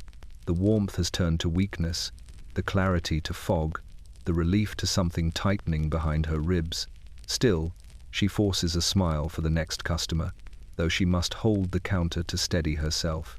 When twilight approaches and the market shutters for the night, Mrs. Pembury leans heavily on her cart. The bottle in her pocket is nearly empty. She does not realize how many drops she has taken today. She only knows she needs enough strength to push the cart home. The fog returns as she leaves the square. It curls around her legs like a warning. But she does not see it. She sees only the darkening street ahead, and the next morning she must survive. The river wakes before the city does, long before the bells begin their morning chorus, long before the shopkeepers unlatch their shutters. The Thames breathes in the fog and exhales a chill that settles over the water like a shroud. You stand now on its embankment, where the mist thickens into a curtain that blurs the horizon. Only the silhouettes of ships' tall, skeletal masts rise through the haze like ghosts anchored between worlds. One of these ships has returned from ports far beyond London's imagination. Its hull is darkened from months at sea. Its ropes creak with the weight of damp, frayed hemp, and its hold is filled with the cargo that keeps London's veins humming quietly beneath the surface. Opium, pressed, packed, crated, and ready to be distilled into the amber medicine everyone knows but few fear. Laudanum's beginning lies here, not in the quiet apothecaries, but in the heavy belly of ships that glide silently up the river while the city sleeps. The sailors disembark with heavy steps, faces wind-burned and hollow-eyed. Their boots hit the planks of the dock with dull thuds as they unload wooden chests stamped with foreign seals. A foreman stands nearby, ticking off inventory with mechanical precision. No one here speaks openly about the contents. They speak in euphemisms, medicinal goods, trade stock, imported comforts, words carefully chosen to keep the world polite. But the river knows. It has watched this exchange for years, watched the way crates travel from ship to warehouse, from warehouse to workshop, from workshop to glass bottles that sit quietly in thousands of London homes. It has carried the weight of these shipments through fog, through frost, through wars and seasons and shifting governments. The Thames holds secrets as old as the city itself, and laudanum is one of its newest and most potent. A sailor leans against a post now, breath steaming in the cold. He pulls a flask from his coat, unscrews the cap with shaking hands, and takes a slow swallow. His tremor settles, his eyes dull. He stares into the water, watching the moon's fading reflection ripple with each passing wave. He began using laudanum at sea. Many sailors do. It steadies them during storms, numbs their bones after weeks of back-breaking labor, quiets the ache of long voyages where sleep is scarce and danger relentless. They return home, changed hands shaking, skin pale, breaths shallow, but London sees only sailors hardened by the sea, not the substance clinging to their blood. In the warehouses, men pry open crates and pull out small sacks of raw opium. The air grows thick with its scent, earthy and heavy. Workers wear scarves over their mouths, but the dust still settles on their clothes, on their lashes, on their tongues. By evening, some of them will cough through the night. Some will feel the strange, woozy comfort that creeps through their limbs. Some will return tomorrow with a quiet hunger they cannot explain. Laudanum begins its journey here in the stillness before dawn, in the cold breath of the Thames, in the hands of men who do not know they are touching the future of a city already leaning toward addiction. As the fog thins, a sunbeam finally breaks through, scattering golden light across the river's surface. It glimmers faintly against the ship's hulls, against the crates, against the bottles that will soon be filled. And for a moment, you see it clearly. The city believes laudanum comes from chemists and doctors, but it comes from the sea, from faraway fields, from the silent exchange of cargo in the dawn mist. The Thames has delivered both prosperity and ruin for centuries. This time, it brings something that will seep quietly into London's blood. One shipment, one bottle, one trembling drop at a time. The lamps along Hanover Square glow steadily in the evening mist, their flames trapped behind glass like tiny, restless spirits. Well-dressed men move along the pavement in deliberate strides, hats tilted, coats buttoned against the cold, gloves pulled tight over hands that tremble more than they should. You follow one of them now, a gentleman whose polished boots and immaculate attire suggest a life of means, comfort, and stability. Yet nothing about him is steady anymore. Mr. Carraway enters his townhouse with a practiced flourish, handing his hat to a footman who bows without meeting his eyes. The servants have learned not to look too closely. They have also learned not to ask questions, not about the missed dinners, the late-night wanderings, the increasingly erratic moods that drift through the house like changes in weather. He climbs the staircase slowly, as though each step costs him something. His study door closes behind him with a soft click, sealing him away from the coarse world. This room, once filled with books and invitations and quiet domestic pride, has become a sanctuary for secrets. The fire crackles in the grate, the curtains are drawn, and on the mahogany desk sits the small, elegant bottle that rules him, laudanum. He keeps it in plain sight now. There was a time when he tucked it discreetly into drawers, hiding it behind letters or medical pamphlets. But hiding requires shame, and shame requires the belief that he can still stop. Those beliefs left him months ago. He pours a measure into a crystal glass, not the usual drops, but a full spoonful diluted in water. The liquid swirls, turning the glass a faint, smoky amber. He watches it with a hunger he cannot disguise, even from himself. His fingers tremble around the stem. He drinks. Warmth spreads through him instantly, like velvet being draped across his bones. His breath deepens. His shoulders relax. The world, which moments ago felt sharp and unbearable, softens into something gentle, something distant, a place he can bear to inhabit. He sinks into his chair, closing his eyes. Once, he was a man of ambition, shaping deals, commanding rooms, making decisions with clarity that impressed even his rivals. But the pressure of success grew heavier each year. The sleepless nights multiplied. Stress twisted itself into the knots of his stomach and stole hours from his rest. A physician, meaning well, offered a remedy. A harmless sedative, he had said, for nerves. Harmless. He almost laughs at the word now. The laudanum softened his worries at first. Then it softened the edges of his days. Then it softened the boundaries of his memory. He tries to recall the details of a meeting from earlier this morning, faces, words, numbers, but everything dissolves into fog. He cannot remember what he promised. He cannot remember what he signed. His associates whispered today when they thought he couldn't hear. He's slipping. He's lost his edge. He looks unwell. Their pity stung more than their judgment. He lifts the bottle again, just a sip to drown the memory of their voices, just a sip to quiet the panic rising in his throat, just a sip to feel like himself again, though he no longer remembers what that self was. The room shifts slightly, swaying as though the house itself is breathing. His vision blurs at the edges. The firelight flickers into long trails that dance across the bookshelves like restless ghosts. He is not unaware of the danger. He has read the stories. He has seen acquaintances crumble under the same quiet grip now holding him. But he tells himself he is different. He is a gentleman, a man of stature, a man with control. And yet, as his hand slips while setting the glass down, and the amber liquid splashes across an unfinished ledger, you see the truth. Laudanum has not softened his burdens. It has replaced them with a hunger he cannot satisfy, and a trembling he cannot hide. Downstairs, the house is silent. Upstairs, the bottle gleams faintly in the firelight, waiting for him to reach for it again, and he will.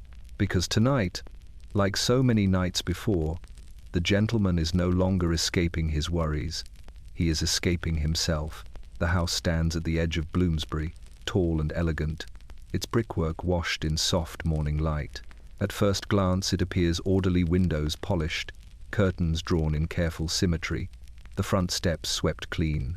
But as you move closer, something feels wrong. The street is already awake. Milk carts rattling past, newspaper boys calling headlines through the cold air, maids shaking out rugs from neighboring windows. Yet this house remains unnervingly still. No footsteps, no clatter of breakfast being prepared, no voices drifting through the thin glass, just silence. You approach the front door and notice the brass knocker untouched by morning hands. Inside, the hallway is dim, filled with the faint scent of last night's candle smoke, and something sweeter, something medicinal. A clock ticks somewhere deep in the house, slow and rhythmic, unaware it has been marking time for people who have not risen to follow it. On the table by the stairs lies a small bottle. Its cork is loose, its contents nearly gone. You step into the drawing room first. The fire has long since faded to ash, and the room sits in a state of half-use. A shawl draped over a chair, an overturned teacup resting in its saucer, a chessboard mid-game. The lady of the house lies curled on the sofa, her hair unpinned, her breathing soft but unnaturally slow. Her hand dangles toward the floor, fingers brushing the carpet as though she fell asleep, reaching for something she never found. Beside her cushion lies another bottle. A drop clings to its rim, catching the dim light like a ruby bead. Upstairs, the master of the house lies across his bed, fully clothed, boots still on, his cravat loosened. He looks as though he meant to sit for only a moment before changing, just a pause, a breath, but never rose again. His chest rises unevenly, his breath shallow and strained. The nightstand beside him holds a glass of water now clouded with residue. The servants, too, are slow to rouse. In the attic room, the maid sleeps so deeply she does not stir when you open the door. In the kitchen, the cook slumps in a chair, apron still on, head bowed forward. In the nursery, the nursemaid lies beside the crib, one arm draped protectively over its railing. Only the child is awake, sitting quietly in the dim morning glow, eyes too wide, too solemn. He does not cry. He simply watches the stillness around him, clutching a wooden toy in both hands. He has learned already, in ways children should not, how silence can swallow a home whole. On the mantelpiece rests a tray holding 4 teacups, still faintly warm, each touched with the same bitter sweetness. Someone must have prepared the drinks late in the evening, perhaps to soothe everyone after a long, trying day, perhaps to help with nerves, perhaps simply because they had grown too accustomed to using laudanum the way others used sugar. A drop in tea became 2, 2 became a teaspoon became a habit became a house drifting slowly, quietly, into an early morning where no one wakes on time. The clock downstairs continues its steady ticking. Tick, tick, tick. The world outside is moving, carriages rolling, tradesmen shouting, birds calling through the fog, but this house lingers in a strange half-dream from which it cannot easily return. You walk through the rooms, sensing the heaviness in the air, the faint pulse of something unseen pressing down on every sleeping body. This isn't rest, it's surrender. A surrender so gentle no one inside noticed when night slipped into morning. Through a window, sunlight finally breaks through the fog, casting long beams across the floorboards. Dust rises in slow spirals through the light, almost dancing, but no one stirs to see it. Laudanum has drawn this household into its soft, deceptive embrace, and the day will begin without them, moving forward while they remain suspended in the quiet hum of a poison that offers sleep far too easily. The nursery is still before dawn, bathed in the faint grey light that slips between the shutters. The fog presses softly against the glass, curling its fingers into the corners of the room as though it has secrets to share, but no one is awake to listen. You step carefully across the floor, noting the faint scent of milk and waxed wood, mingling with something heavier, sweeter, almost medicinal, that clings to the air. In the cradle lies a small boy, wrapped in layers of cloth and blankets, his chest rising with a breath so shallow it could be missed entirely. His eyes remain closed, his fingers curl loosely against the fabric, motionless. The nurses and servants move softly around him, but their whispers seem distant, muffled, as if the walls themselves absorb the sounds before they reach his ears. The mother leans close, pale and trembling, brushing stray curls from his forehead. She presses her hand against his chest and feels the faint, uneven pulse that marks a life hanging by a thread. She exhales slowly, trembling herself, unsure whether to hope or to fear. Her eyes drift toward the small bottle on the table, a familiar amber vessel with a corked top, the contents dark as honey and thick with promise. Laudanum. She touches it gently, almost afraid to breathe too loudly in its presence. Earlier in the evening, the child had been restless, fevered, and crying with a sound that pierces even the thickest hearts. The mother had tried everything, whispered songs, warm baths, careful rocking, but nothing soothed him. Her hands ached from constant motion. Her arms burned from holding him upright. Sleep eluded them both. Desperation led her fingers to the bottle. Just a drop. She promised herself she would not take more than a drop. Now, she watches, holding her breath. The minutes stretch like hours. The room is heavy with silence. The candle flickers, casting shadows that twist and stretch along the walls, echoing shapes that seem alive, almost sentient. Outside, the fog presses tighter against the panes, muffling distant carriage wheels, the soft clatter of horses, and the first tentative calls of market sellers preparing for the morning. The child does not stir. The mother tries to rouse him gently, whispering his name. No response. She strokes his cheeks, lifts his small hands, rocks the cradle with soft, careful motion. Nothing. Her heart begins to pound, each beat echoing in her ears. Sweat pricks her brow despite the chill. Panic presses against her ribs like a weight she cannot lift. She knows the stories, rumors whispered among servants and visiting relatives, children taken too deep by sleep that never ends, by medicine meant to soothe but powerful enough to overwhelm. She leans closer and sees the faintest movement, a finger twitch, a shallow sigh, but it is barely enough to reassure her. She closes her eyes briefly, tears slipping down her cheeks, and prays in silence. She prays for breath, for warmth, for the life in this tiny body to hold on. She opens her eyes and takes a small step back, realizing that she cannot touch the bottle again, not yet. Its presence alone fills the room with tension. She places a trembling hand over her heart and listens. Every minute stretches, every sound magnified. The distant clock ticking, the faint creak of floorboards, the whisper of the wind along the shutters, and in the quiet, the house seems to hold its breath with her, leaning in close, waiting, as if the city itself were aware of the fragile balance in that crib. Laudanum has brought relief before. It has calmed, soothed, and numbed. But tonight, it has brought only silence. Outside, the fog shifts and rolls, carrying the first distant sounds of life, while inside the nursery, the child does not wake, and you feel the terrible stillness that rests over the room like a shadow, soft and patient, waiting to see what will come next. The manor is asleep before the sun fully rises, though it is not truly still. The ancient walls breathe a soft, rhythmic hum, carrying echoes of long nights filled with whispered conversations, creaking floorboards, and the careful shuffle of servants moving unseen. You step into the wide hallway, where the polished oak floors reflect the pale light creeping through heavy drapes. The scent of old wood and candle wax lingers, mingling with a faint sweetness that is almost imperceptible, something medicinal, carried through the house in tiny vials and secret drops. In the main corridor, the butler moves silently, his steps deliberate, measured. His hand hovers near the railing, fingers grazing the smooth wood as though anchoring himself to the world. He knows the household is restless, though it appears composed. The lady of the house has retired early tonight, the children are quiet, and the servants carry on their tasks in near total silence. But beneath the surface, each breath is tentative, every footfall cautious. The small bottle sits on a side table near the drawing room door, unassuming, its amber liquid catching the soft glow of the lamp. Laudanum, a medicine, a comfort, a danger cloaked in glass.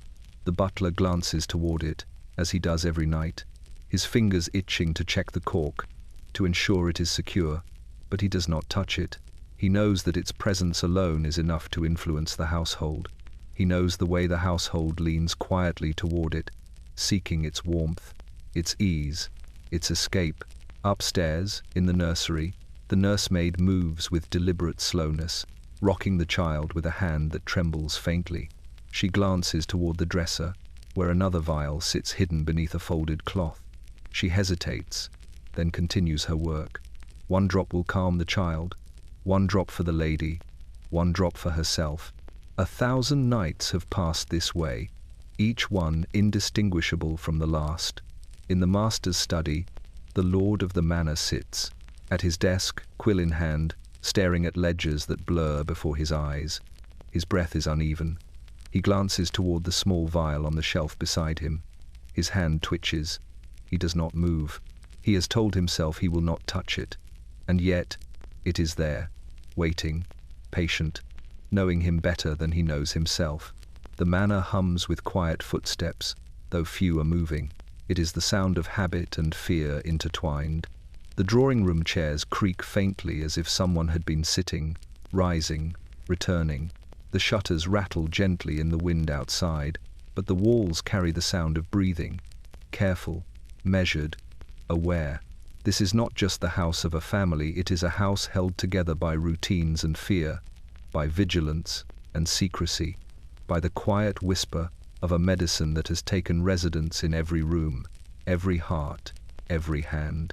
The clock in the hall chimes softly, marking another hour in the night. Candle flames flicker against the walls, casting shadows that sway as if alive. The butler pauses, listening. He knows that when the household awakens, it will do so slowly, carefully, each member tethered to their secret. For now, the manor is alive in its quiet, in its restraint, in the gentle rhythm of footsteps that go largely unnoticed, but are never truly absent. And in the heart of it all, the bottle waits. Always waiting, Laudanum has left its mark here, as it has in countless homes across London. It brings calm, it brings ease, but it also brings the faint tremor that no one admits aloud, the slow shifting of a household from wakefulness to dependency, one quiet step at a time. The gas lamps flicker faintly in the narrow street outside the apothecary, throwing uneven light across cobblestones slick with frost. Inside, the air is heavy with the scent of dried herbs, soot, and the faintly sweet perfume of opium. The doctor moves between shelves and counters with a quiet, deliberate pace, spectacles sliding slightly down the bridge of his nose, fingers stained from tinctures and ink alike. He pauses, peering over a ledger filled with names and doses, the handwriting precise but hurried, a record of those who rely on him for more than simple cures.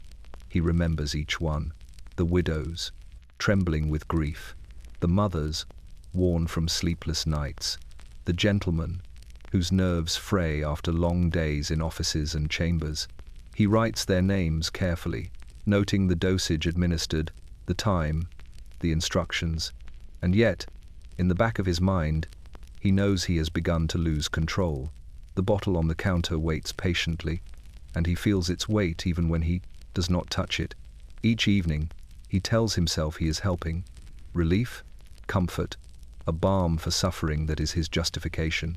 He reminds himself that without these small drops, many would not sleep, many would not survive the night.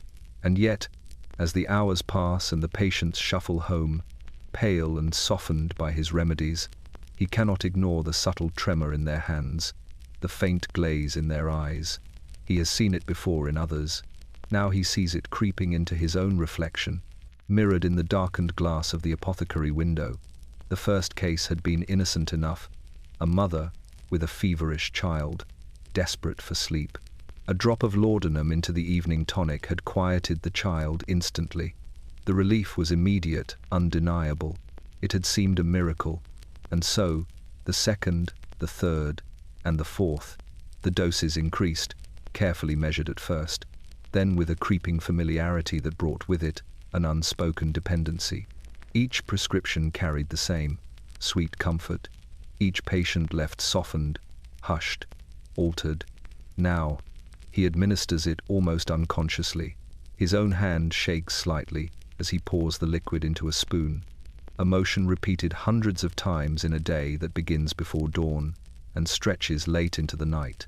He watches his patients consume it, noting the instant they relax, their cheeks pale yet warmed by relief. He feels the warmth spread into their veins, and he knows it is a comfort that is also a trap. He knows the danger, but he tells himself it is a necessary risk. He is the custodian of their well-being, and yet, in his heart, he fears he is merely the conduit for their slow, quiet unraveling. The apothecary shop grows quieter as the night deepens.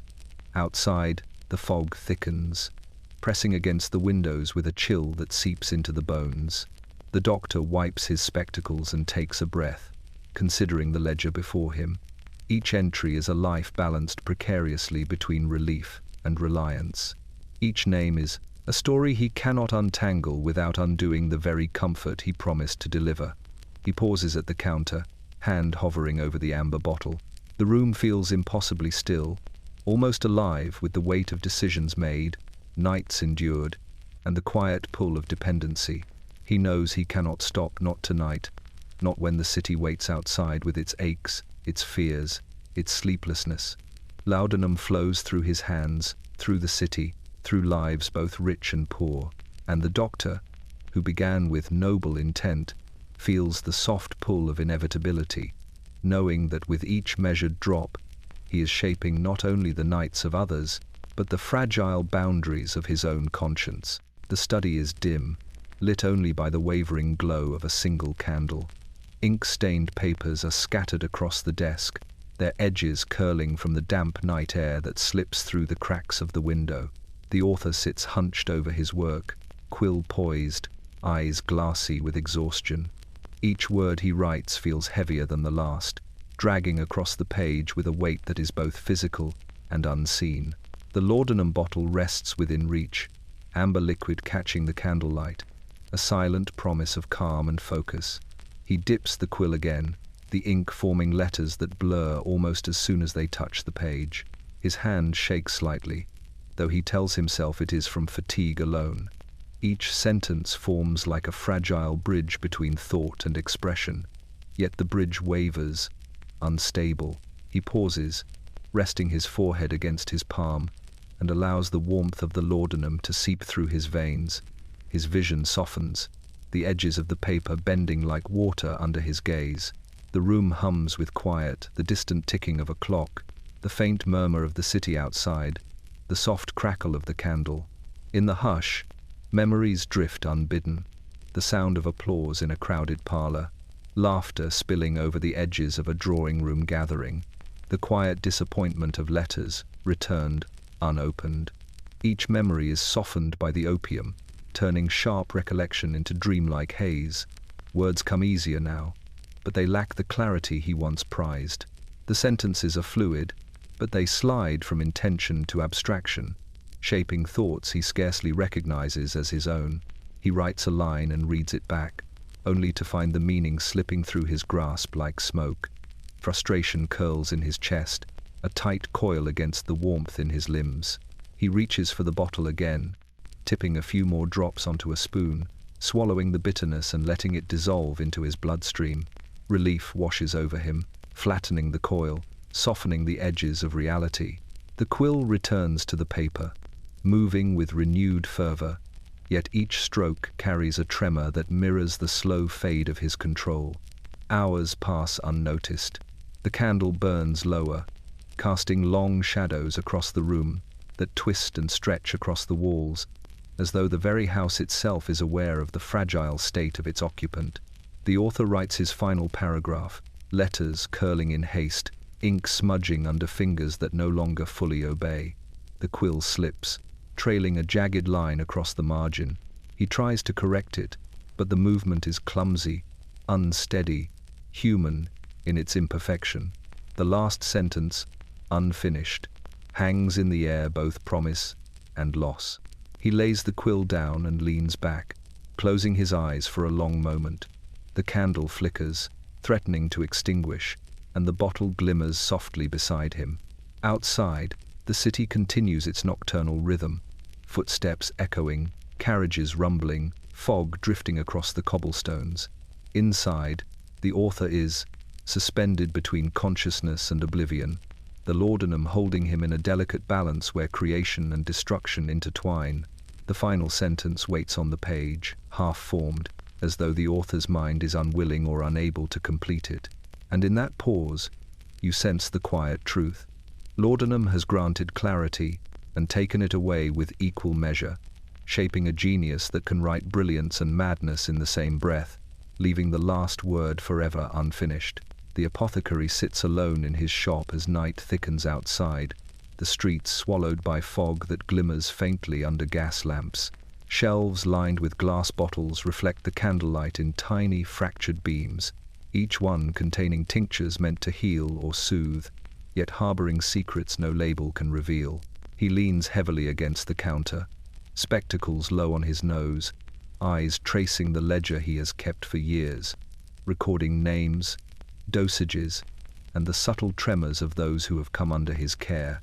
He remembers the faces pale mothers with feverish children, widows clutching the remnants of their husband's strength, gentlemen whose hands shake despite polished gloves.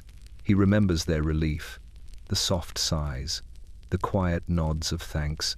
He also remembers the whispers among servants, the rumor-laden glances exchanged in hallways, the moments when the hands that accepted the drops would tremble after the warmth had taken hold. He had not wanted to see the danger at first. It was, after all, medicine, prescribed for comfort, for sleep, for life. But the comfort, became a trap.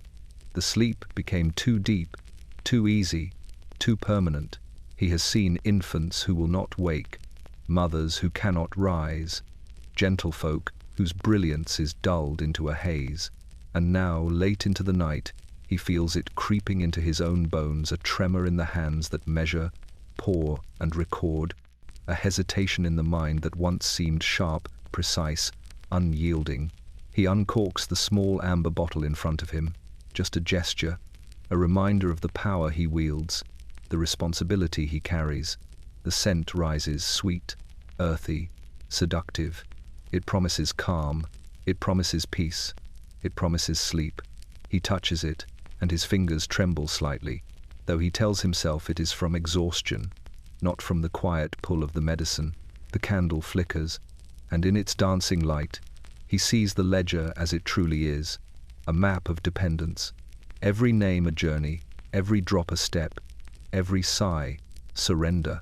The apothecary feels the weight of each choice he has made, each administration that was necessary and yet dangerous. He had thought himself a guardian, a healer, a provider of relief.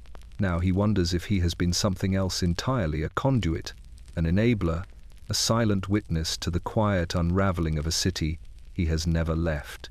Outside, London sleeps lightly in the mist, unaware of the lives balanced on the edge of a dropper.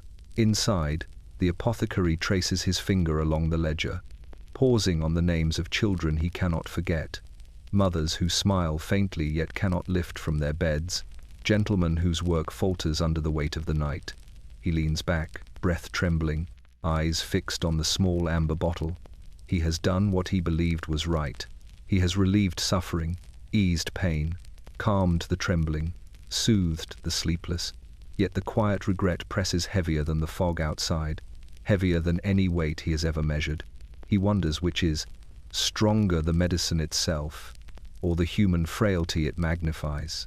The candle guttering at his side casts long shadows across the shop, and the apothecary closes his eyes for a moment, feeling the tremor in his hands echo the tremors of those he has tended. In that pause, he understands fully that relief always carries a cost, that kindness and harm walk together in quiet tandem, and that the ledger will never truly be complete.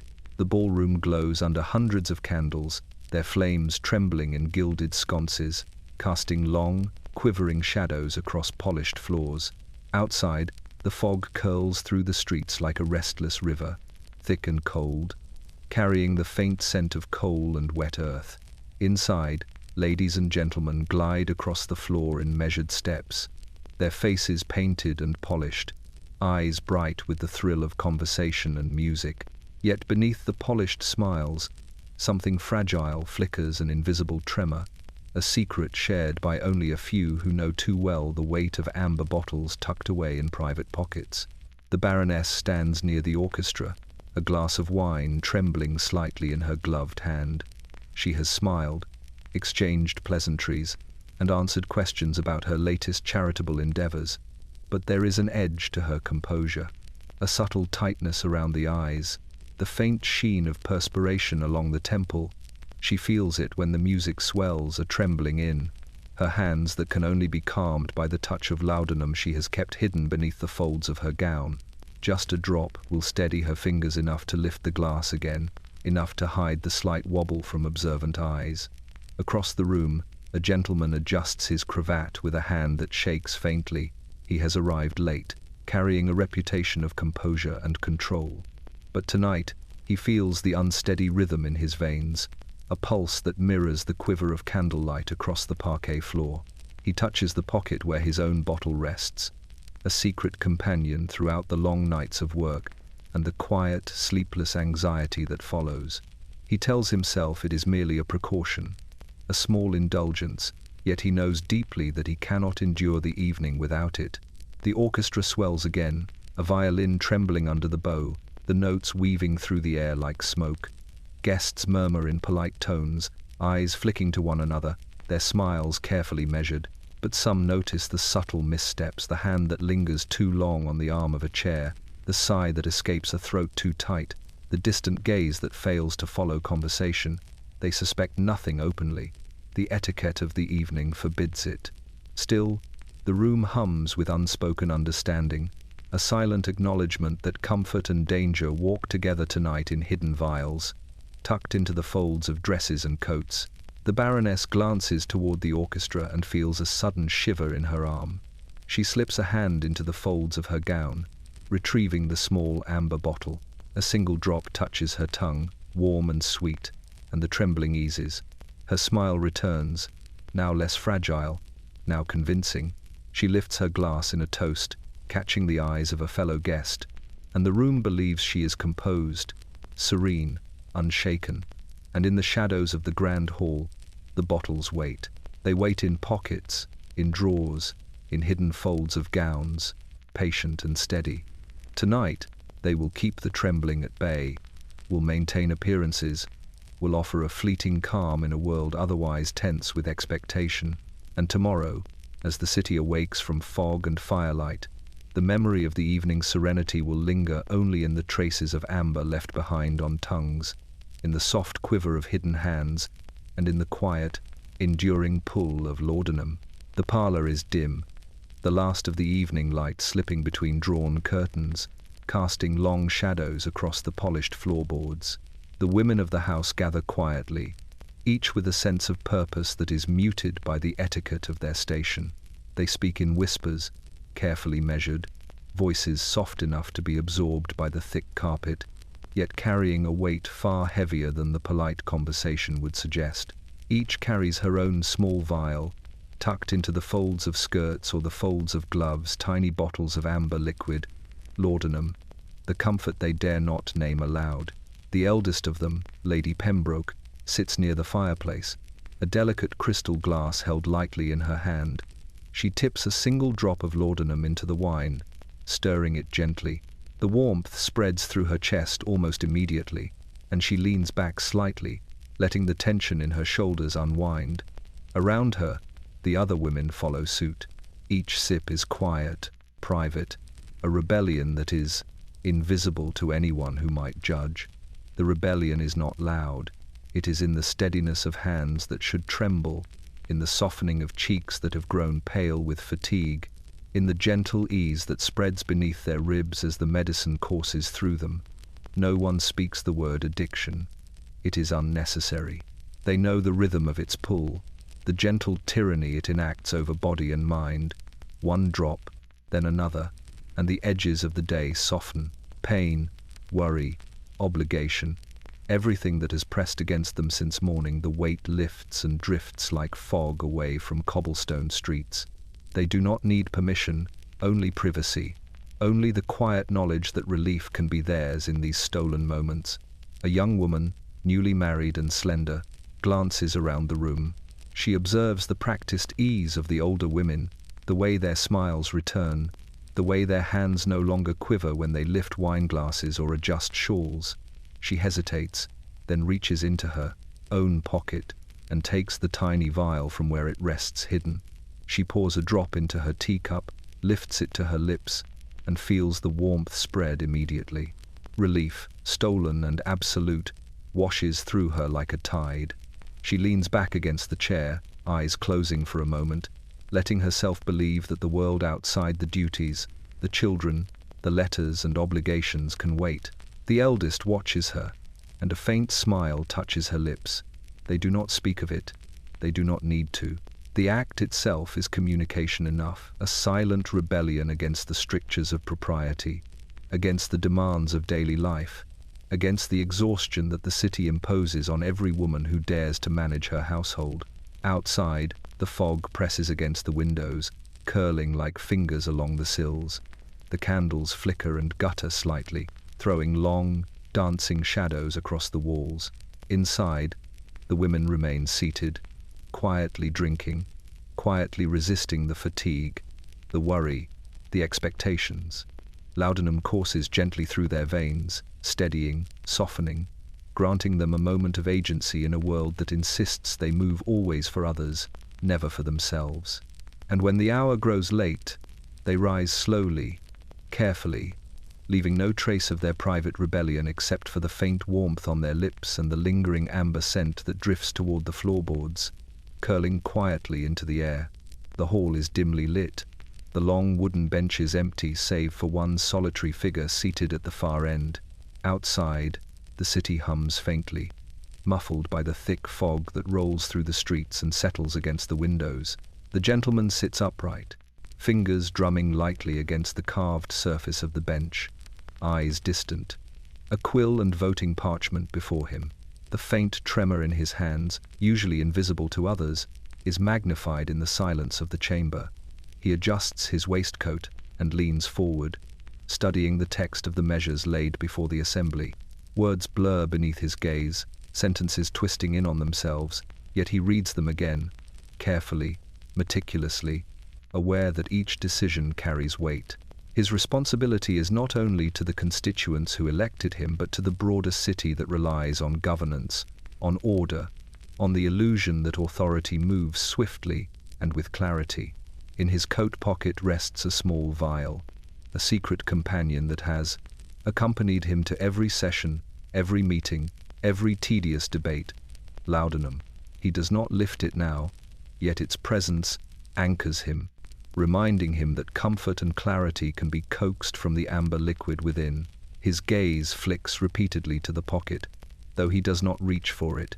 Habit alone keeps his hand near, fingers curling unconsciously around the familiar glass. Outside the chamber, the fog presses against the windows like soft fingers, carrying faint sounds of carriages rolling, distant church bells, and the occasional shout from early risers. Inside, the gentleman shifts his weight, quill poised, heart beating faster than it should. Each word on the parchment carries a hidden echo, decisions that affect not just laws but lives. He hesitates, letting the weight of responsibility settle across his shoulders.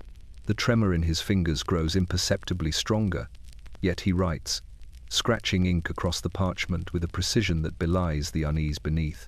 He recalls the evening before, the late-night consultation with a physician who had recommended the tonic to steady nerves, to sharpen thought, to calm the restless pulse that had kept him from sleep for weeks.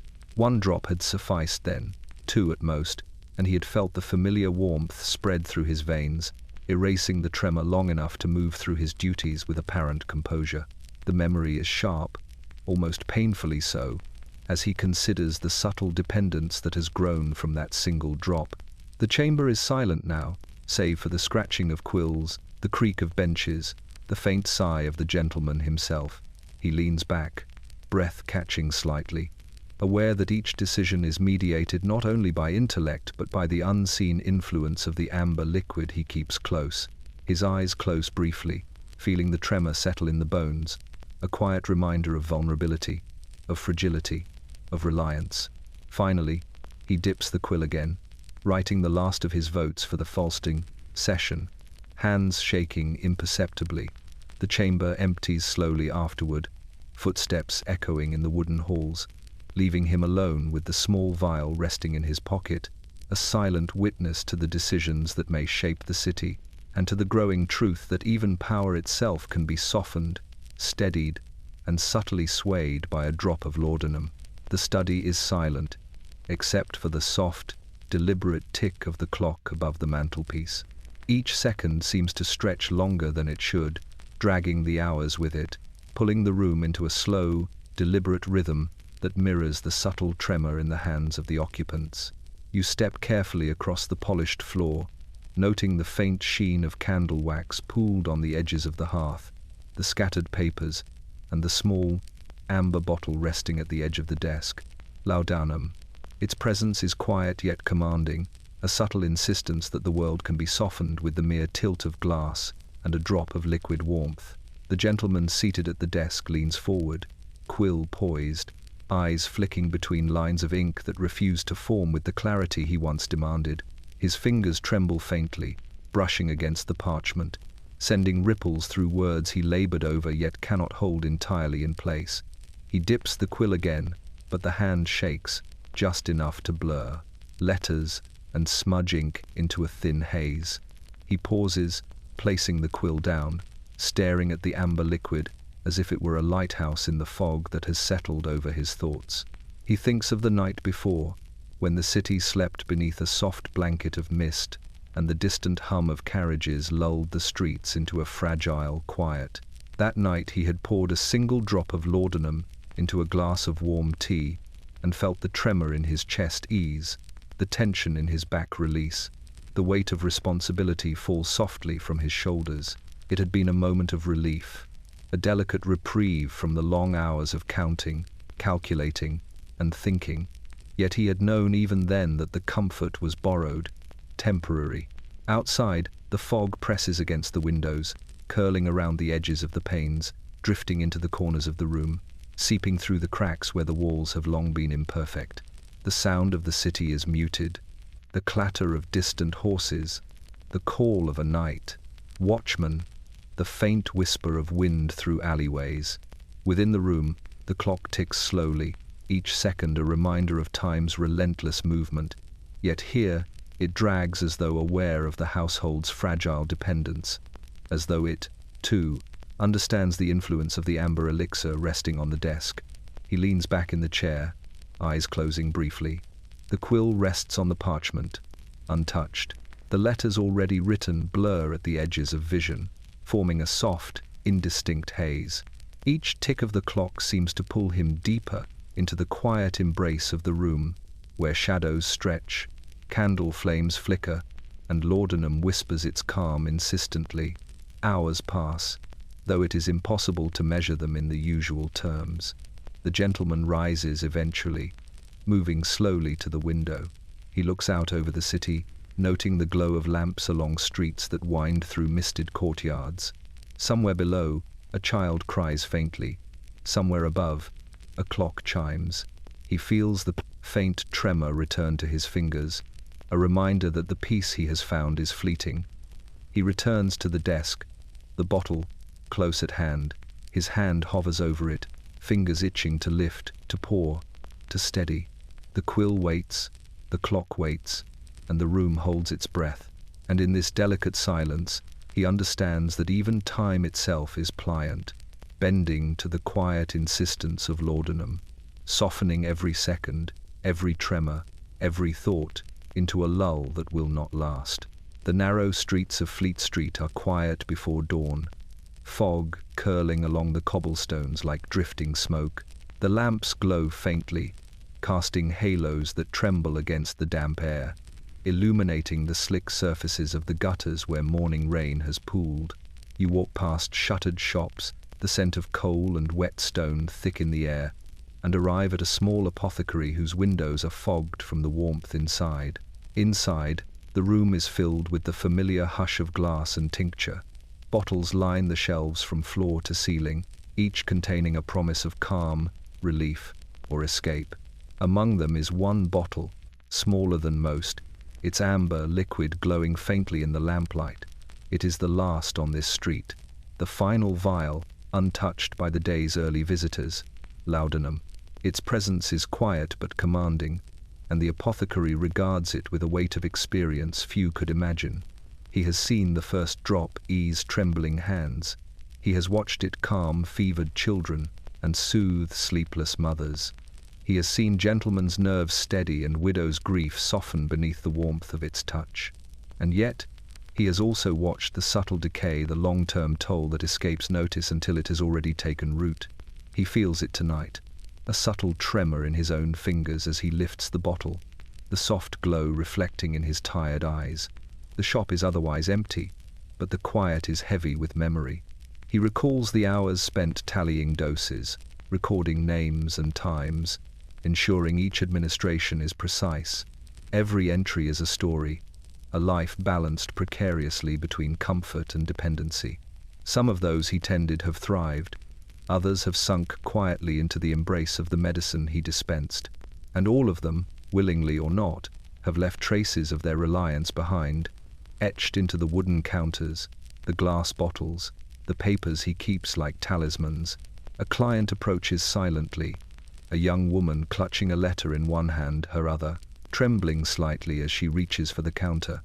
She does not speak immediately, only waits for the apothecary to acknowledge her presence. He slides the last bottle across the polished wood toward her, careful not to jostle it, careful not to spill the liquid warmth within. Her hands hover above it, uncertain, and he senses the moment of relief, of hesitation, of surrender that will unfold with the first drop. Outside, the fog presses against the windows, curling along the brick walls and threading through alleyways. The city is beginning to wake, unaware of the quiet transactions that have already begun in its sleeping heart. The street is still mostly empty, save for distant footsteps and the faint clatter of a cart moving along cobblestones.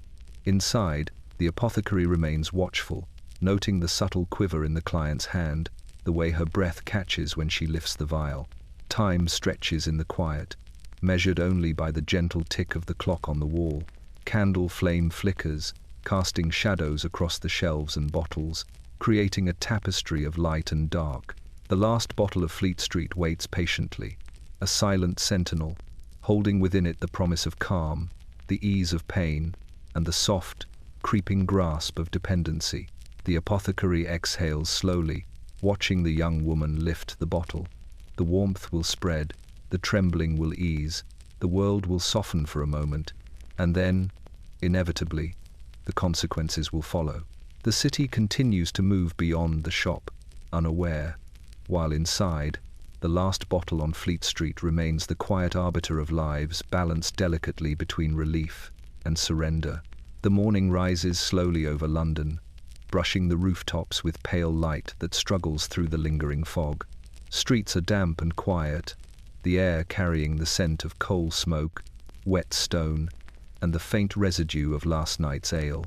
But unlike nights past, the city is beginning to breathe with a new rhythm. Windows open, shutters lifted, and the distant murmur of vendors preparing for the day signals a return to life. You move through the streets and notice that, though the fog still presses against the walls and doorways, there is a sense of movement that was absent before a tentative stirring, a fragile pulse beneath the surface of the city. The households that once relied on nightly drops of laudanum are slowly finding other routines. Servants stir earlier, their steps no longer hesitant, fingers no longer trembling with anticipation of a quiet, forbidden comfort. Mothers carry their children to the cradles with hands that hold steady, even when their exhaustion is real, even when their minds ache with fatigue. Gentlemen adjust their waistcoats and settle into chairs without the same furtive need to hide a vial or mask the subtle tremor in their hands. The city is awakening, learning, inch by inch, to exist alongside the shadow of its own indulgence without succumbing entirely. In a small apothecary on the corner of a fog-filled lane, the shelves stand less crowded. The last few vials of laudanum sit in the amber light of the shop, fewer than before. The apothecary moves slowly, cleaning counters, arranging bottles, recording names and dates, but his motions are steadier now. He has begun to measure doses with a cautious respect, aware that the balance between relief and reliance is delicate and must be observed with care. Some of his previous patrons are already seeking alternative remedies, herbal teas and simple tonics, finding in those small comforts a way to regain control. The market is waking too. Women unload baskets of vegetables and flowers, their hands no longer trembling as before. Children run through the alleyways, their laughter tentative at first, but growing stronger with every echo. The fog lifts slightly in patches, revealing glimpses of life unfolding. Merchants arranging goods, horses stamping the cobblestones, and voices rising in conversation that is sharp and clear rather than dulled by sedative ease. Even the grand houses of the city are not untouched. The baronesses and gentlewomen begin their mornings with measured rituals of tea and correspondence, their hands unshaken, their minds gradually reclaiming the hours that once slipped away into bottles of amber liquid.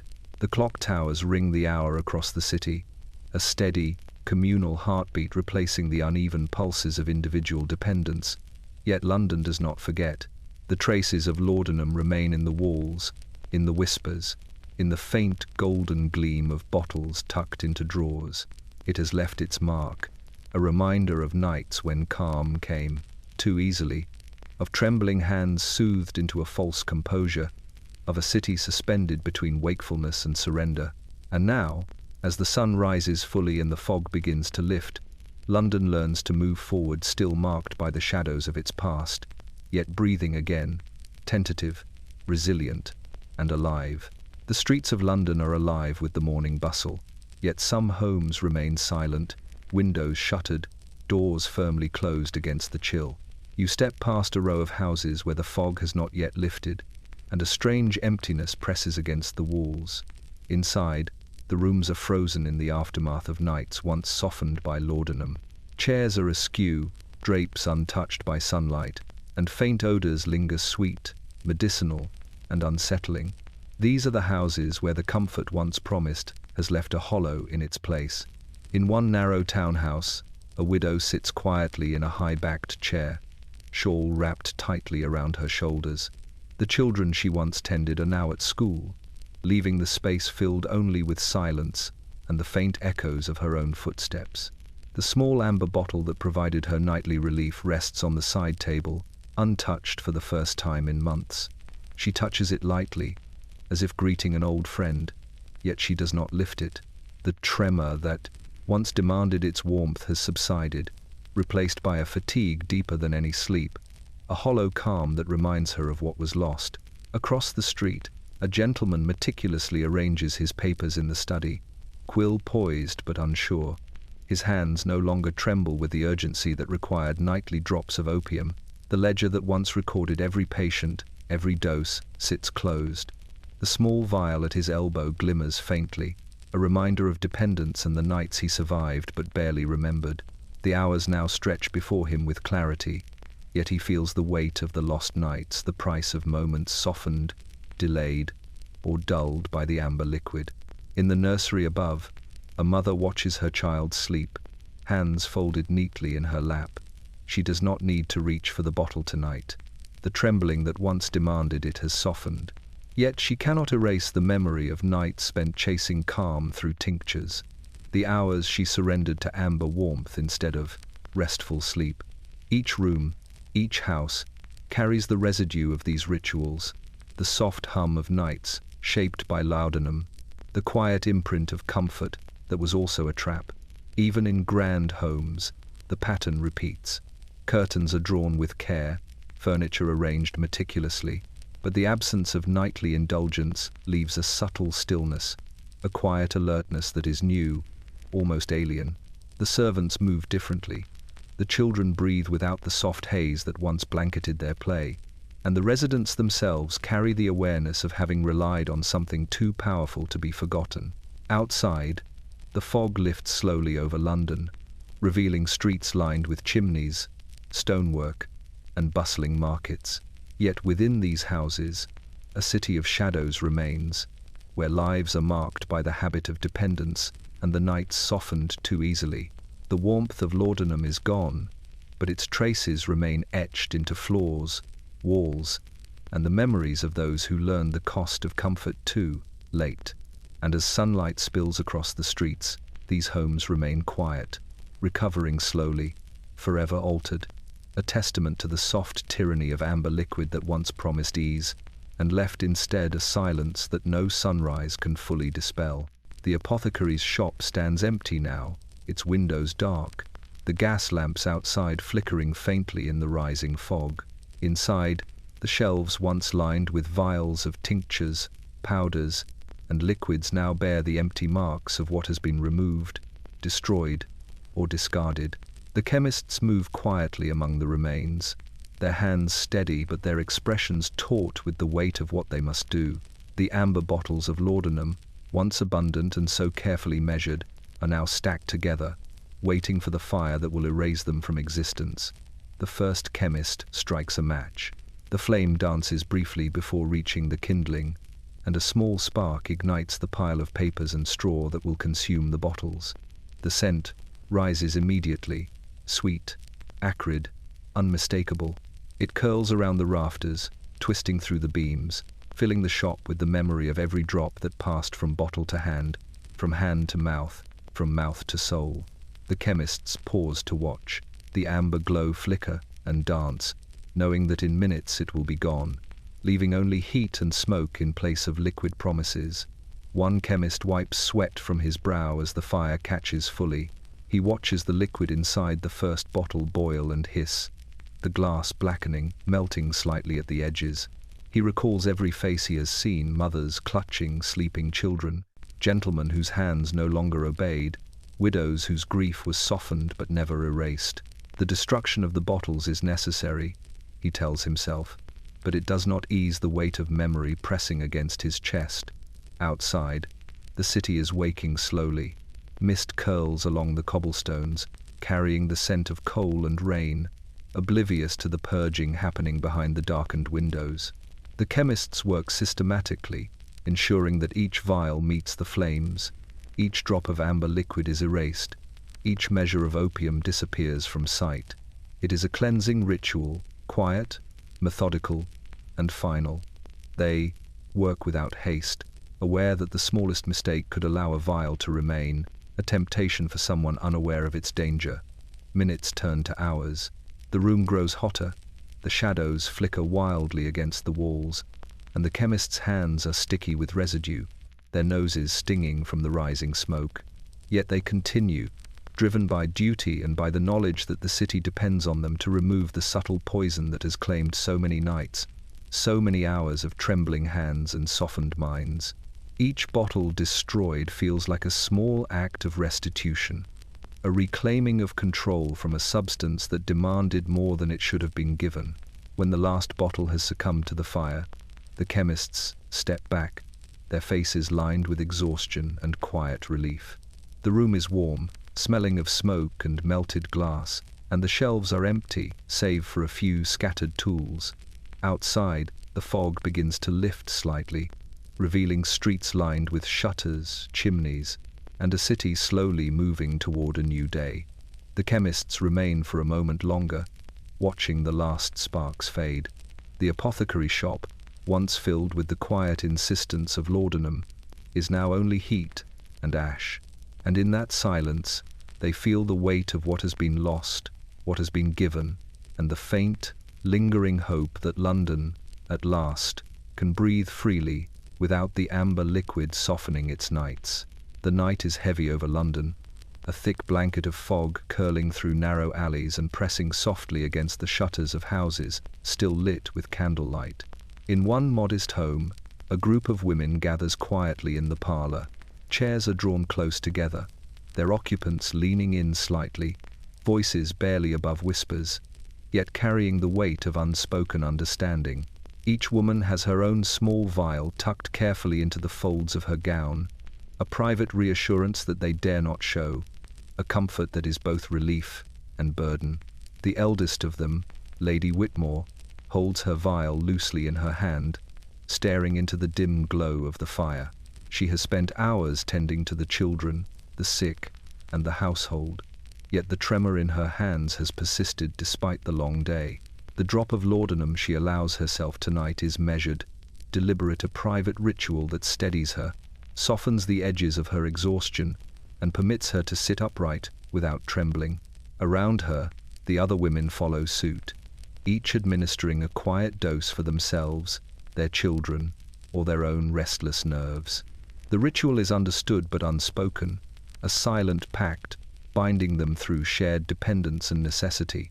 Outside, the fog presses against the windows, muffling the sounds of the city and lending the room a hushed, suspended atmosphere. It curls into corners and lingers around the mantelpiece, touching the candle flames that flicker and gutter, casting dancing shadows across the women's faces. In those shadows, time slows. Minutes stretch, each heartbeat amplified in the quiet of the house. The warmth spreads subtly through the bodies of the women, dissolving tension in shoulders, softening trembling fingers, easing the racing thoughts that have pursued them all day. A young mother glances at her child sleeping quietly in the corner, the baby's chest rising in gentle rhythm. She strokes the tiny hand, thinking of the nights she has spent trying to soothe feverish cries, the hours she has surrendered to the quiet insistence of amber relief. She thinks of the lessons passed silently from older women, warnings that never use words, teachings carried in careful gestures and measured drops. Her gaze returns to the fire, then to her own vial. One drop, she tells herself, enough to steady, enough to soften the edges of exhaustion, enough to endure until dawn. The women remained seated long into the night, each absorbed in her private thoughts and shared understanding. The room is thick with warmth, faintly sweet with the scent of laudanum and candle wax. Even as the fire burns lower, the ritual continues, quiet and deliberate. Each heartbeat, each tremor, is acknowledged but controlled, softened by the knowledge that they are not alone, that the practice is communal though invisible, protective though perilous. Hours pass. Outside, the fog thickens, swallowing the street, the city, and all sound beyond the windows. Inside, the women rise slowly, placing their vials back in hidden drawers, returning the room to order without disrupting the delicate calm they have cultivated. They exchange no words about the ritual, only faint nods and glances that carry more meaning than speech could. In the silent vigil of these women, the weight of their world has been carried for a few hours, eased by amber drops and quiet solidarity, a brief reprieve in a city that demands vigilance, composure, and endurance at every turn. The fire flickers low, shadows stretching across the walls. Outside, London waits, unaware. Inside, the women have endured. The operating theatre is quiet, lit only by a single flickering lamp that casts long, jittering shadows across the walls. The surgeon stands at the center, hands gloved and trembling faintly, though he tells himself it is from anticipation, not fatigue. Instruments are arranged meticulously on a polished table, their steel gleaming in the lamplight, yet the familiar warmth of laudanum rests just within reach. A small bottle sits nearby, its amber liquid reflecting the glow like captured fire. It has become an essential component of the night's work, not merely for the patients but for the surgeon himself, steadying nerves frayed by countless long hours and the weight of human fragility. He recalls the first case, years earlier, when laudanum was administered to a patient undergoing a minor operation. The effect was immediate. Trembling hands slowed, panic faded, and the procedure, once a task of terror, became manageable. That night, he had felt the first stirrings of what he would come to rely upon: a subtle, intoxicating clarity, a heightened precision that carried a dangerous comfort. Since then, he has used it judiciously, always under the guise of careful, medical necessity. But necessity, he has realized, is a pliable concept when the mind craves steadiness and the hands demand assurance. Tonight, the patient lies on the table, pale and shivering beneath layers of linen. The surgeon checks the instruments once more, then glances at the bottle. He pours a measured dose into a cup of water, a few drops sufficient to still the pulse of nerves, the tremor of hands, the anticipation that thickens the air like a dense fog. He drinks, feeling the warmth spread steadily from chest to fingertips, softening the tension that has become almost habitual. His eyes narrow slightly as he assesses the patient, his mind focusing with a precision that teeters on obsession. The operation begins.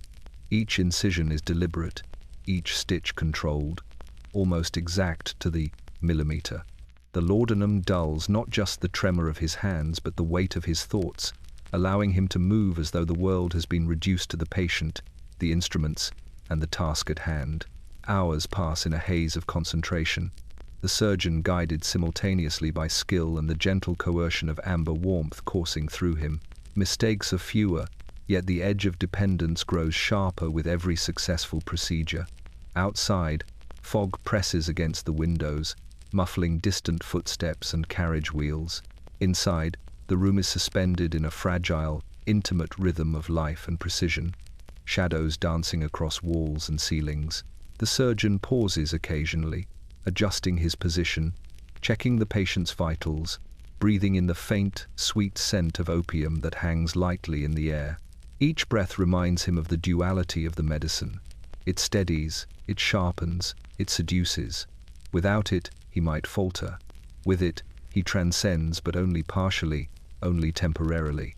The final suture is placed, the patient stabilized, and the instruments are cleaned with care.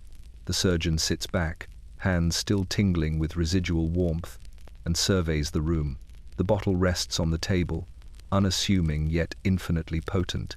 He knows he will use it again, not because he wishes to, but because the science of his hands has intertwined with the subtle tyranny of the liquid, creating a dependency as precise and deliberate as any incision he has ever made. Laudanum has transformed the practice of medicine here. It grants skill and steadiness, yes, but it takes its toll quietly, embedding itself into the mind, the hands, the soul, until mastery and reliance are inseparable. The streets of London hum softly under the early morning fog, but some homes remain in a deeper, heavier quiet. You pass narrow lanes where the gas lamps flicker weakly, and you notice the shutters still drawn, the doors tightly closed against the chill. Inside these houses, the rhythm of the city has not yet entered. Every room is steeped in a kind of anticipation, a fragile tension that the inhabitants have learned to accept, shaped by months of nights, softened by laudanum. In one townhouse, a widowed mother moves quietly from room to room. Her children sleep, curled in layers of blankets, but she cannot join them. Her hands shake faintly as she arranges clothing, adjusts the curtains, checks that each piece of furniture is in its place. The amber bottle sits on the edge of the dresser, a silent companion that she touches only when her tremors become too noticeable, when her breath catches in the chill of the early hours. She knows she should not rely on it so consistently, but the habit has grown quietly, invisibly, and now it feels as essential as air itself. Across the hall, a young gentleman sits at his desk, quill in hand, trying to concentrate on the ledger before him. His fingers twitch imperceptibly, and he pauses, aware of the subtle tremor that has become familiar in recent months. The small bottle at his side glimmers faintly in the candlelight, waiting patiently, a quiet offer of steadiness that he knows he will soon accept. The calculations, letters, and reports blur at the edges of his vision. Though he cannot stop, he dips the quill into the ink again, each stroke slightly unsteady, each movement coaxed into precision by memory and the invisible pull of amber comfort. Upstairs, in the nursery, a nursemaid rocks a restless child in her arms. She has learned the rituals well, the gentle sway, the soft whisper, the occasional drop of medicine to calm fevers, soothe colic, or quiet shrill cries. Each night repeats the same rhythm, a careful choreography guided by necessity and habit. The small vial rests beside her, ever present. Even when unused, it holds the room in quiet suspension, a reminder that relief is always within reach if she falters. In the grander homes of the city, the pattern is the same. Curtains are drawn to block the morning light, breakfast remains untouched on polished tables, and the household staff moves quietly, almost in anticipation of the day's demands. Laudanum is no longer simply a remedy. It has become the unspoken governor of time, a regulator of wakefulness and composure. Its presence stabilizes the trembling, eases the tension, yet exacts a subtle, inexorable toll. Outside, the fog slowly lifts from the streets, revealing rooftops, chimneys, and the first stirrings of merchants and laborers.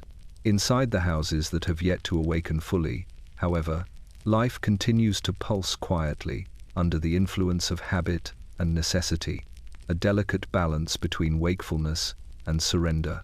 The city breathes around them, yet these homes remain suspended, each heartbeat, each tremor, each whisper shaped by the invisible weight of amber liquid that once promised ease and now marks its quiet dominion. The morning light filters into the shuttered windows, but the rooms remain hushed, steeped in the rhythm of nights that never truly ended, and the soft, persistent echo of laudanum. The widow moves through her house with careful deliberation, the morning light weakly filtering through curtains still heavy with the damp fog from the Thames. The rooms are quiet, each one holding the weight of memory, the echo of footsteps long gone, and the faint, lingering scent of amber liquid that has soothed trembling hands and restless nights for months. Her fingers brush along the edge of the mantel, pausing briefly at the small, almost empty bottle of laudanum. It sits there like a sentinel, its amber hue catching the dim light, waiting silently. She hesitates, her hand hovering above the cork. For a moment, she allows herself to consider the alternative, A day without the gentle warmth, the ease of mind that has allowed her to move through long hours of grief and loneliness. The children are at school, the household staff busy with their own routines, and yet the house feels heavier than usual. She takes a slow breath, steadying herself, and tilts the bottle slightly, letting a few precious drops fall into a spoon. The liquid shimmers, catching the morning light in a subtle, golden glow, and she brings it to her lips. Relief comes almost immediately. Her shoulders loosen, the ache in her chest softens. The memories that have weighed upon her in the hours before sunrise, loss, sorrow, endless nights of solitude fade into the background, replaced by a gentle warmth that spreads slowly through her limbs. She sets the spoon down carefully, aware that the bottle is nearly empty. This last drop feels heavier, more deliberate, as if the amber liquid knows it has carried her through countless nights and now holds her attention with a final, quiet insistence. She walks through the parlor, placing her hand lightly on the backs of chairs, noting the quiet stillness of the house. The windows are fogged with condensation, each pane capturing the muted light of the morning sun, diffusing it across the room. Every movement is deliberate, careful, as if the house itself is aware of the fragility that rests within these walls. Outside, the distant sound of carts on cobblestones reaches her ears, a reminder that life continues beyond her quiet domain, that the city moves forward while she has lingered, suspended in the gentle grasp of amber comfort. She pauses by the child's empty cradle, the memory of restless nights and fevered cries, lingering as clearly as the scent of the medicine she has just taken. She wonders, briefly, if the relief is a gift or a gentle theft, taking from her the sharpness of grief, but also the edge of memory. Her eyes fall again on the almost empty bottle, and she feels the weight of its presence, a reminder of all the nights it has held her steady, of all the moments it has softened, of all the tremors it has quieted, both in her own hands and in the hands of those she has tended. For a moment, she stands quietly, letting the warmth settle into her chest, letting the house breathe around her. Then she sets the empty vial on the table, a small monument to the night survived, to the gentle tyranny of amber liquid that has shaped her days and marked her nights. Outside, London moves toward noon, oblivious to the private rituals that have persisted within its walls. Inside, the widow stands, steadied, softened, and left to consider the quiet aftermath of the last drop. The street is quiet before the dawn, the gas lamps along Pall Mall flickering faintly through the fog that curls along the cobblestones. The houses rise like silent sentinels, their facades polished and dignified, yet hiding the soft chaos within. You step past each doorway, noting the absence of movement in the narrow alleys and the faint scent of smoke and damp that clings to the air. In one particular house, the last on the row, the windows glow faintly, suggesting life within, but it is a tentative light, careful and controlled. Inside, the household is steeped in ritual. The lady of the house moves quietly from room to room, her footsteps muted against the polished floors. Her hands are steady, yet there is a subtle tension beneath the surface, a remnant of nights spent relying on the amber liquid that rests in small vials hidden throughout the home. Laudanum. Its presence is both comforting and commanding, shaping the household in ways visible only to those who know to look. She pauses at a side table, her fingers brushing the small bottle. One drop, she tells herself, just enough to steady the pulse, ease the tremor, calm the mind. The servants, too, move with quiet deliberation. They have learned the rhythm of the house, anticipating the moments when hands will shake, when breath will catch, when the subtle pull of amber relief will be required. In the nursery, a nursemaid rocks a child who sleeps lightly despite the chill in the room. The small vial of laudanum rests within reach, though it is not used yet. The mere presence is enough to instill a temporary calm, a quiet promise that the household can endure another day, another hour, another task. Upstairs, in the study, the master of the house reviews letters and accounts, his hand steadying over the quill as the candlelight flickers. The small amber bottle sits on the desk, an unobtrusive companion, guiding each movement with subtle insistence. He dips the quill, writes, pauses, and inhales slowly, the faint scent of opium lingering in the air. Decisions are made, yet every choice carries the awareness of the soft influence that has shaped them, the quiet manipulation of strength and resolve that the medicine imparts. The house is alive with subtle movements, whispered exchanges, careful gestures. Even the clock ticks with measured precision, as though acknowledging the fragile balance maintained within these walls. Time stretches, slow and deliberate, each second a quiet testament to nights survived and days endured under the watchful guidance of amber liquid. The lamps gutter softly, the fire crackles low in the grate, and the household breathes in unison, suspended between wakefulness and the softened influence of laudanum. Outside, the fog begins to lift, revealing Pall Mall in muted clarity. The world carries on, oblivious to the delicate choreography within the last house on the street. Inside, the lady sets the vial down carefully. The servants resume their duties, the master dips the quill once more, and the child sleeps on, steady and unaware. The house stands as a quiet monument to the enduring influence of amber liquid, a place where relief, dependency, and vigilance coexist in a fragile, unspoken balance that stretches from midnight to dawn. The last house on Pall Mall breathes gently, holding the memory of nights softened, hands steadied, and minds calmed. And though the city awakens beyond its walls, inside, the legacy of laudanum endures quietly, marking every shadow, every heartbeat, and every trembling step with its subtle, persistent presence. The candlelight flickers low in the study, casting long, quivering shadows across the polished floorboards. The house is quiet, yet it is heavy with memory, the lingering traces of nights spent softened by the amber liquid that sits, now nearly forgotten, in small vials on shelves and tables. Laudanum.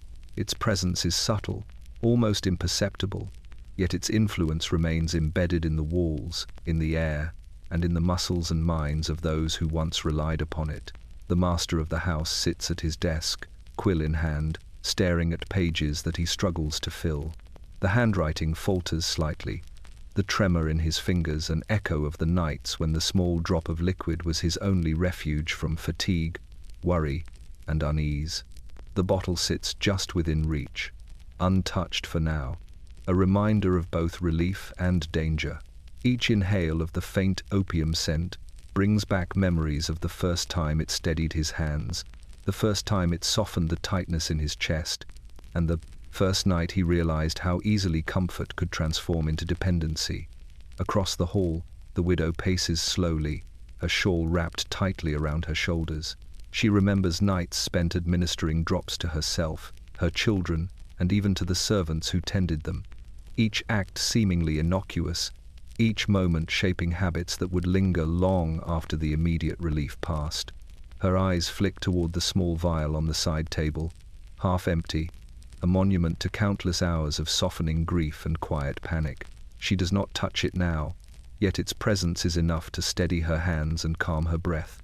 In the nursery, the child sleeps peacefully, unaware of the legacy imprinted in the very walls of the home.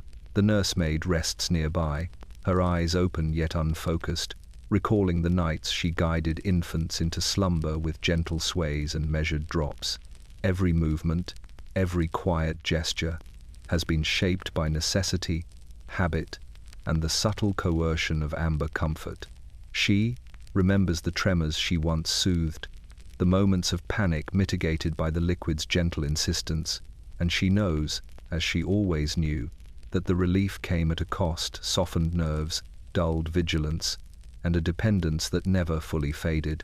Outside, London stirs beneath the rising sun, fog curling along the streets, carrying with it the scent of coal, rain, and distant markets.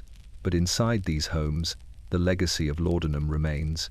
It lingers in the trembling fingers of memory, in the quiet steps of those who once relied upon it, and in the amber glow that catches the light on shelves long after the bottles have been emptied or discarded. The city has moved on, but the influence of the medicine persists quietly, like a shadow that refuses to dissipate. The master sets down the quill and leans back in his chair, eyes tracing the amber liquid as it catches the faint light. The widow pauses in the hall, fingers brushing the side table. The nursemaid adjusts a blanket, settling the child once more. And in the stillness, the house breathes together, carrying within it the memory of nights softened, hands steadied, and minds calmed. Laudanum's presence may no longer be required, yet it lingers, an invisible reminder that comfort and dependency are intertwined, that every drop taken leaves an imprint, and that the poison, though subtle, still haunts the glass. The streets of London are alive with early morning activity, but a quiet lingers over the older neighborhoods, where the fog has yet to lift completely. The city exhales slowly, carrying the faint scent of coal smoke and damp stone, a reminder of the nights that have passed beneath gas lamps and candlelight. You move through these streets, noting how the city has shifted subtly, its rhythm slowed, its inhabitants cautious, as if the memory of the amber liquid that once softened their nights still hums beneath the surface. In the townhouse on Fleet Street, the widow rises from her chair, the sun streaming weakly through the curtains. The bottle that once dominated her nights sits half forgotten on the mantelpiece, its presence now more a memory than a necessity. She moves quietly through the rooms, attending to children, folding linens, preparing breakfast, all actions that once required the invisible encouragement of laudanum, but now are carried out with a steady hand and measured breath. The tremor that had haunted her fingers for months has softened, leaving only faint echoes, the residue of habit rather than necessity. Across the city, the gentleman at his desk lifts the quill and writes with a confidence long absent. The amber bottle that once lay beside him, guiding each stroke and steadying each movement, has been removed from his immediate reach. He remembers the nights it steadied him, the nights it dulled his anxiety, and the nights it blurred the edges of clarity until he was unsure which thoughts were his own. Now, with careful effort, he reconstructs his routine, reclaiming hours that had been surrendered to a quiet dependency. Each letter he forms is deliberate, each calculation exact. London itself feels steadier in response, the pulse of the city echoing the rhythm he has regained. In a quiet parlor off Pall Mall, the gentlewomen gather briefly, not in secrecy but in acknowledgement of the nights they once relied on amber comfort. Their vials have been set aside, emptied, or discarded, leaving only memory and ritual to guide their hands. Conversation flows with clarity now. Laughter is measured yet sincere, and even the youngest among them moves with a steadiness that was previously impossible. They have learned to navigate the delicate balance between vigilance and rest, reclaiming the agency that laudanum once provided in distorted form. The apothecaries along the Thames remain shuttered, the last bottles destroyed or removed. The chemists who once prepared vials with precision and quiet pride now move among their empty shelves with a sense of closure, a recognition of the influence their trade exerted over countless nights and trembling hands. The river carries the fog slowly out to the horizon, sweeping away the traces of a city's collective reliance, leaving memory and experience to settle gently on stone and timber alike. London has learned to wake again, not with the blurred clarity of opium's embrace, but with measured steps, steady hands, and minds attuned to the city's natural rhythm. Yet in corners, in shadows, and in quiet recollection, the memory of amber liquid lingers, a reminder that comfort can be seductive, that dependence can arrive unnoticed, and that every night softened by laudanum has left an imprint upon both city and soul. The city remembers, and in remembering, it has learned to live once more, fully and without crutch, yet haunted softly by the lessons of nights past. The streets breathe, the houses wake, and London, at last, carries the weight of memory lightly, its nights reclaimed, its mornings steady, its people tempered by the lessons of amber warmth.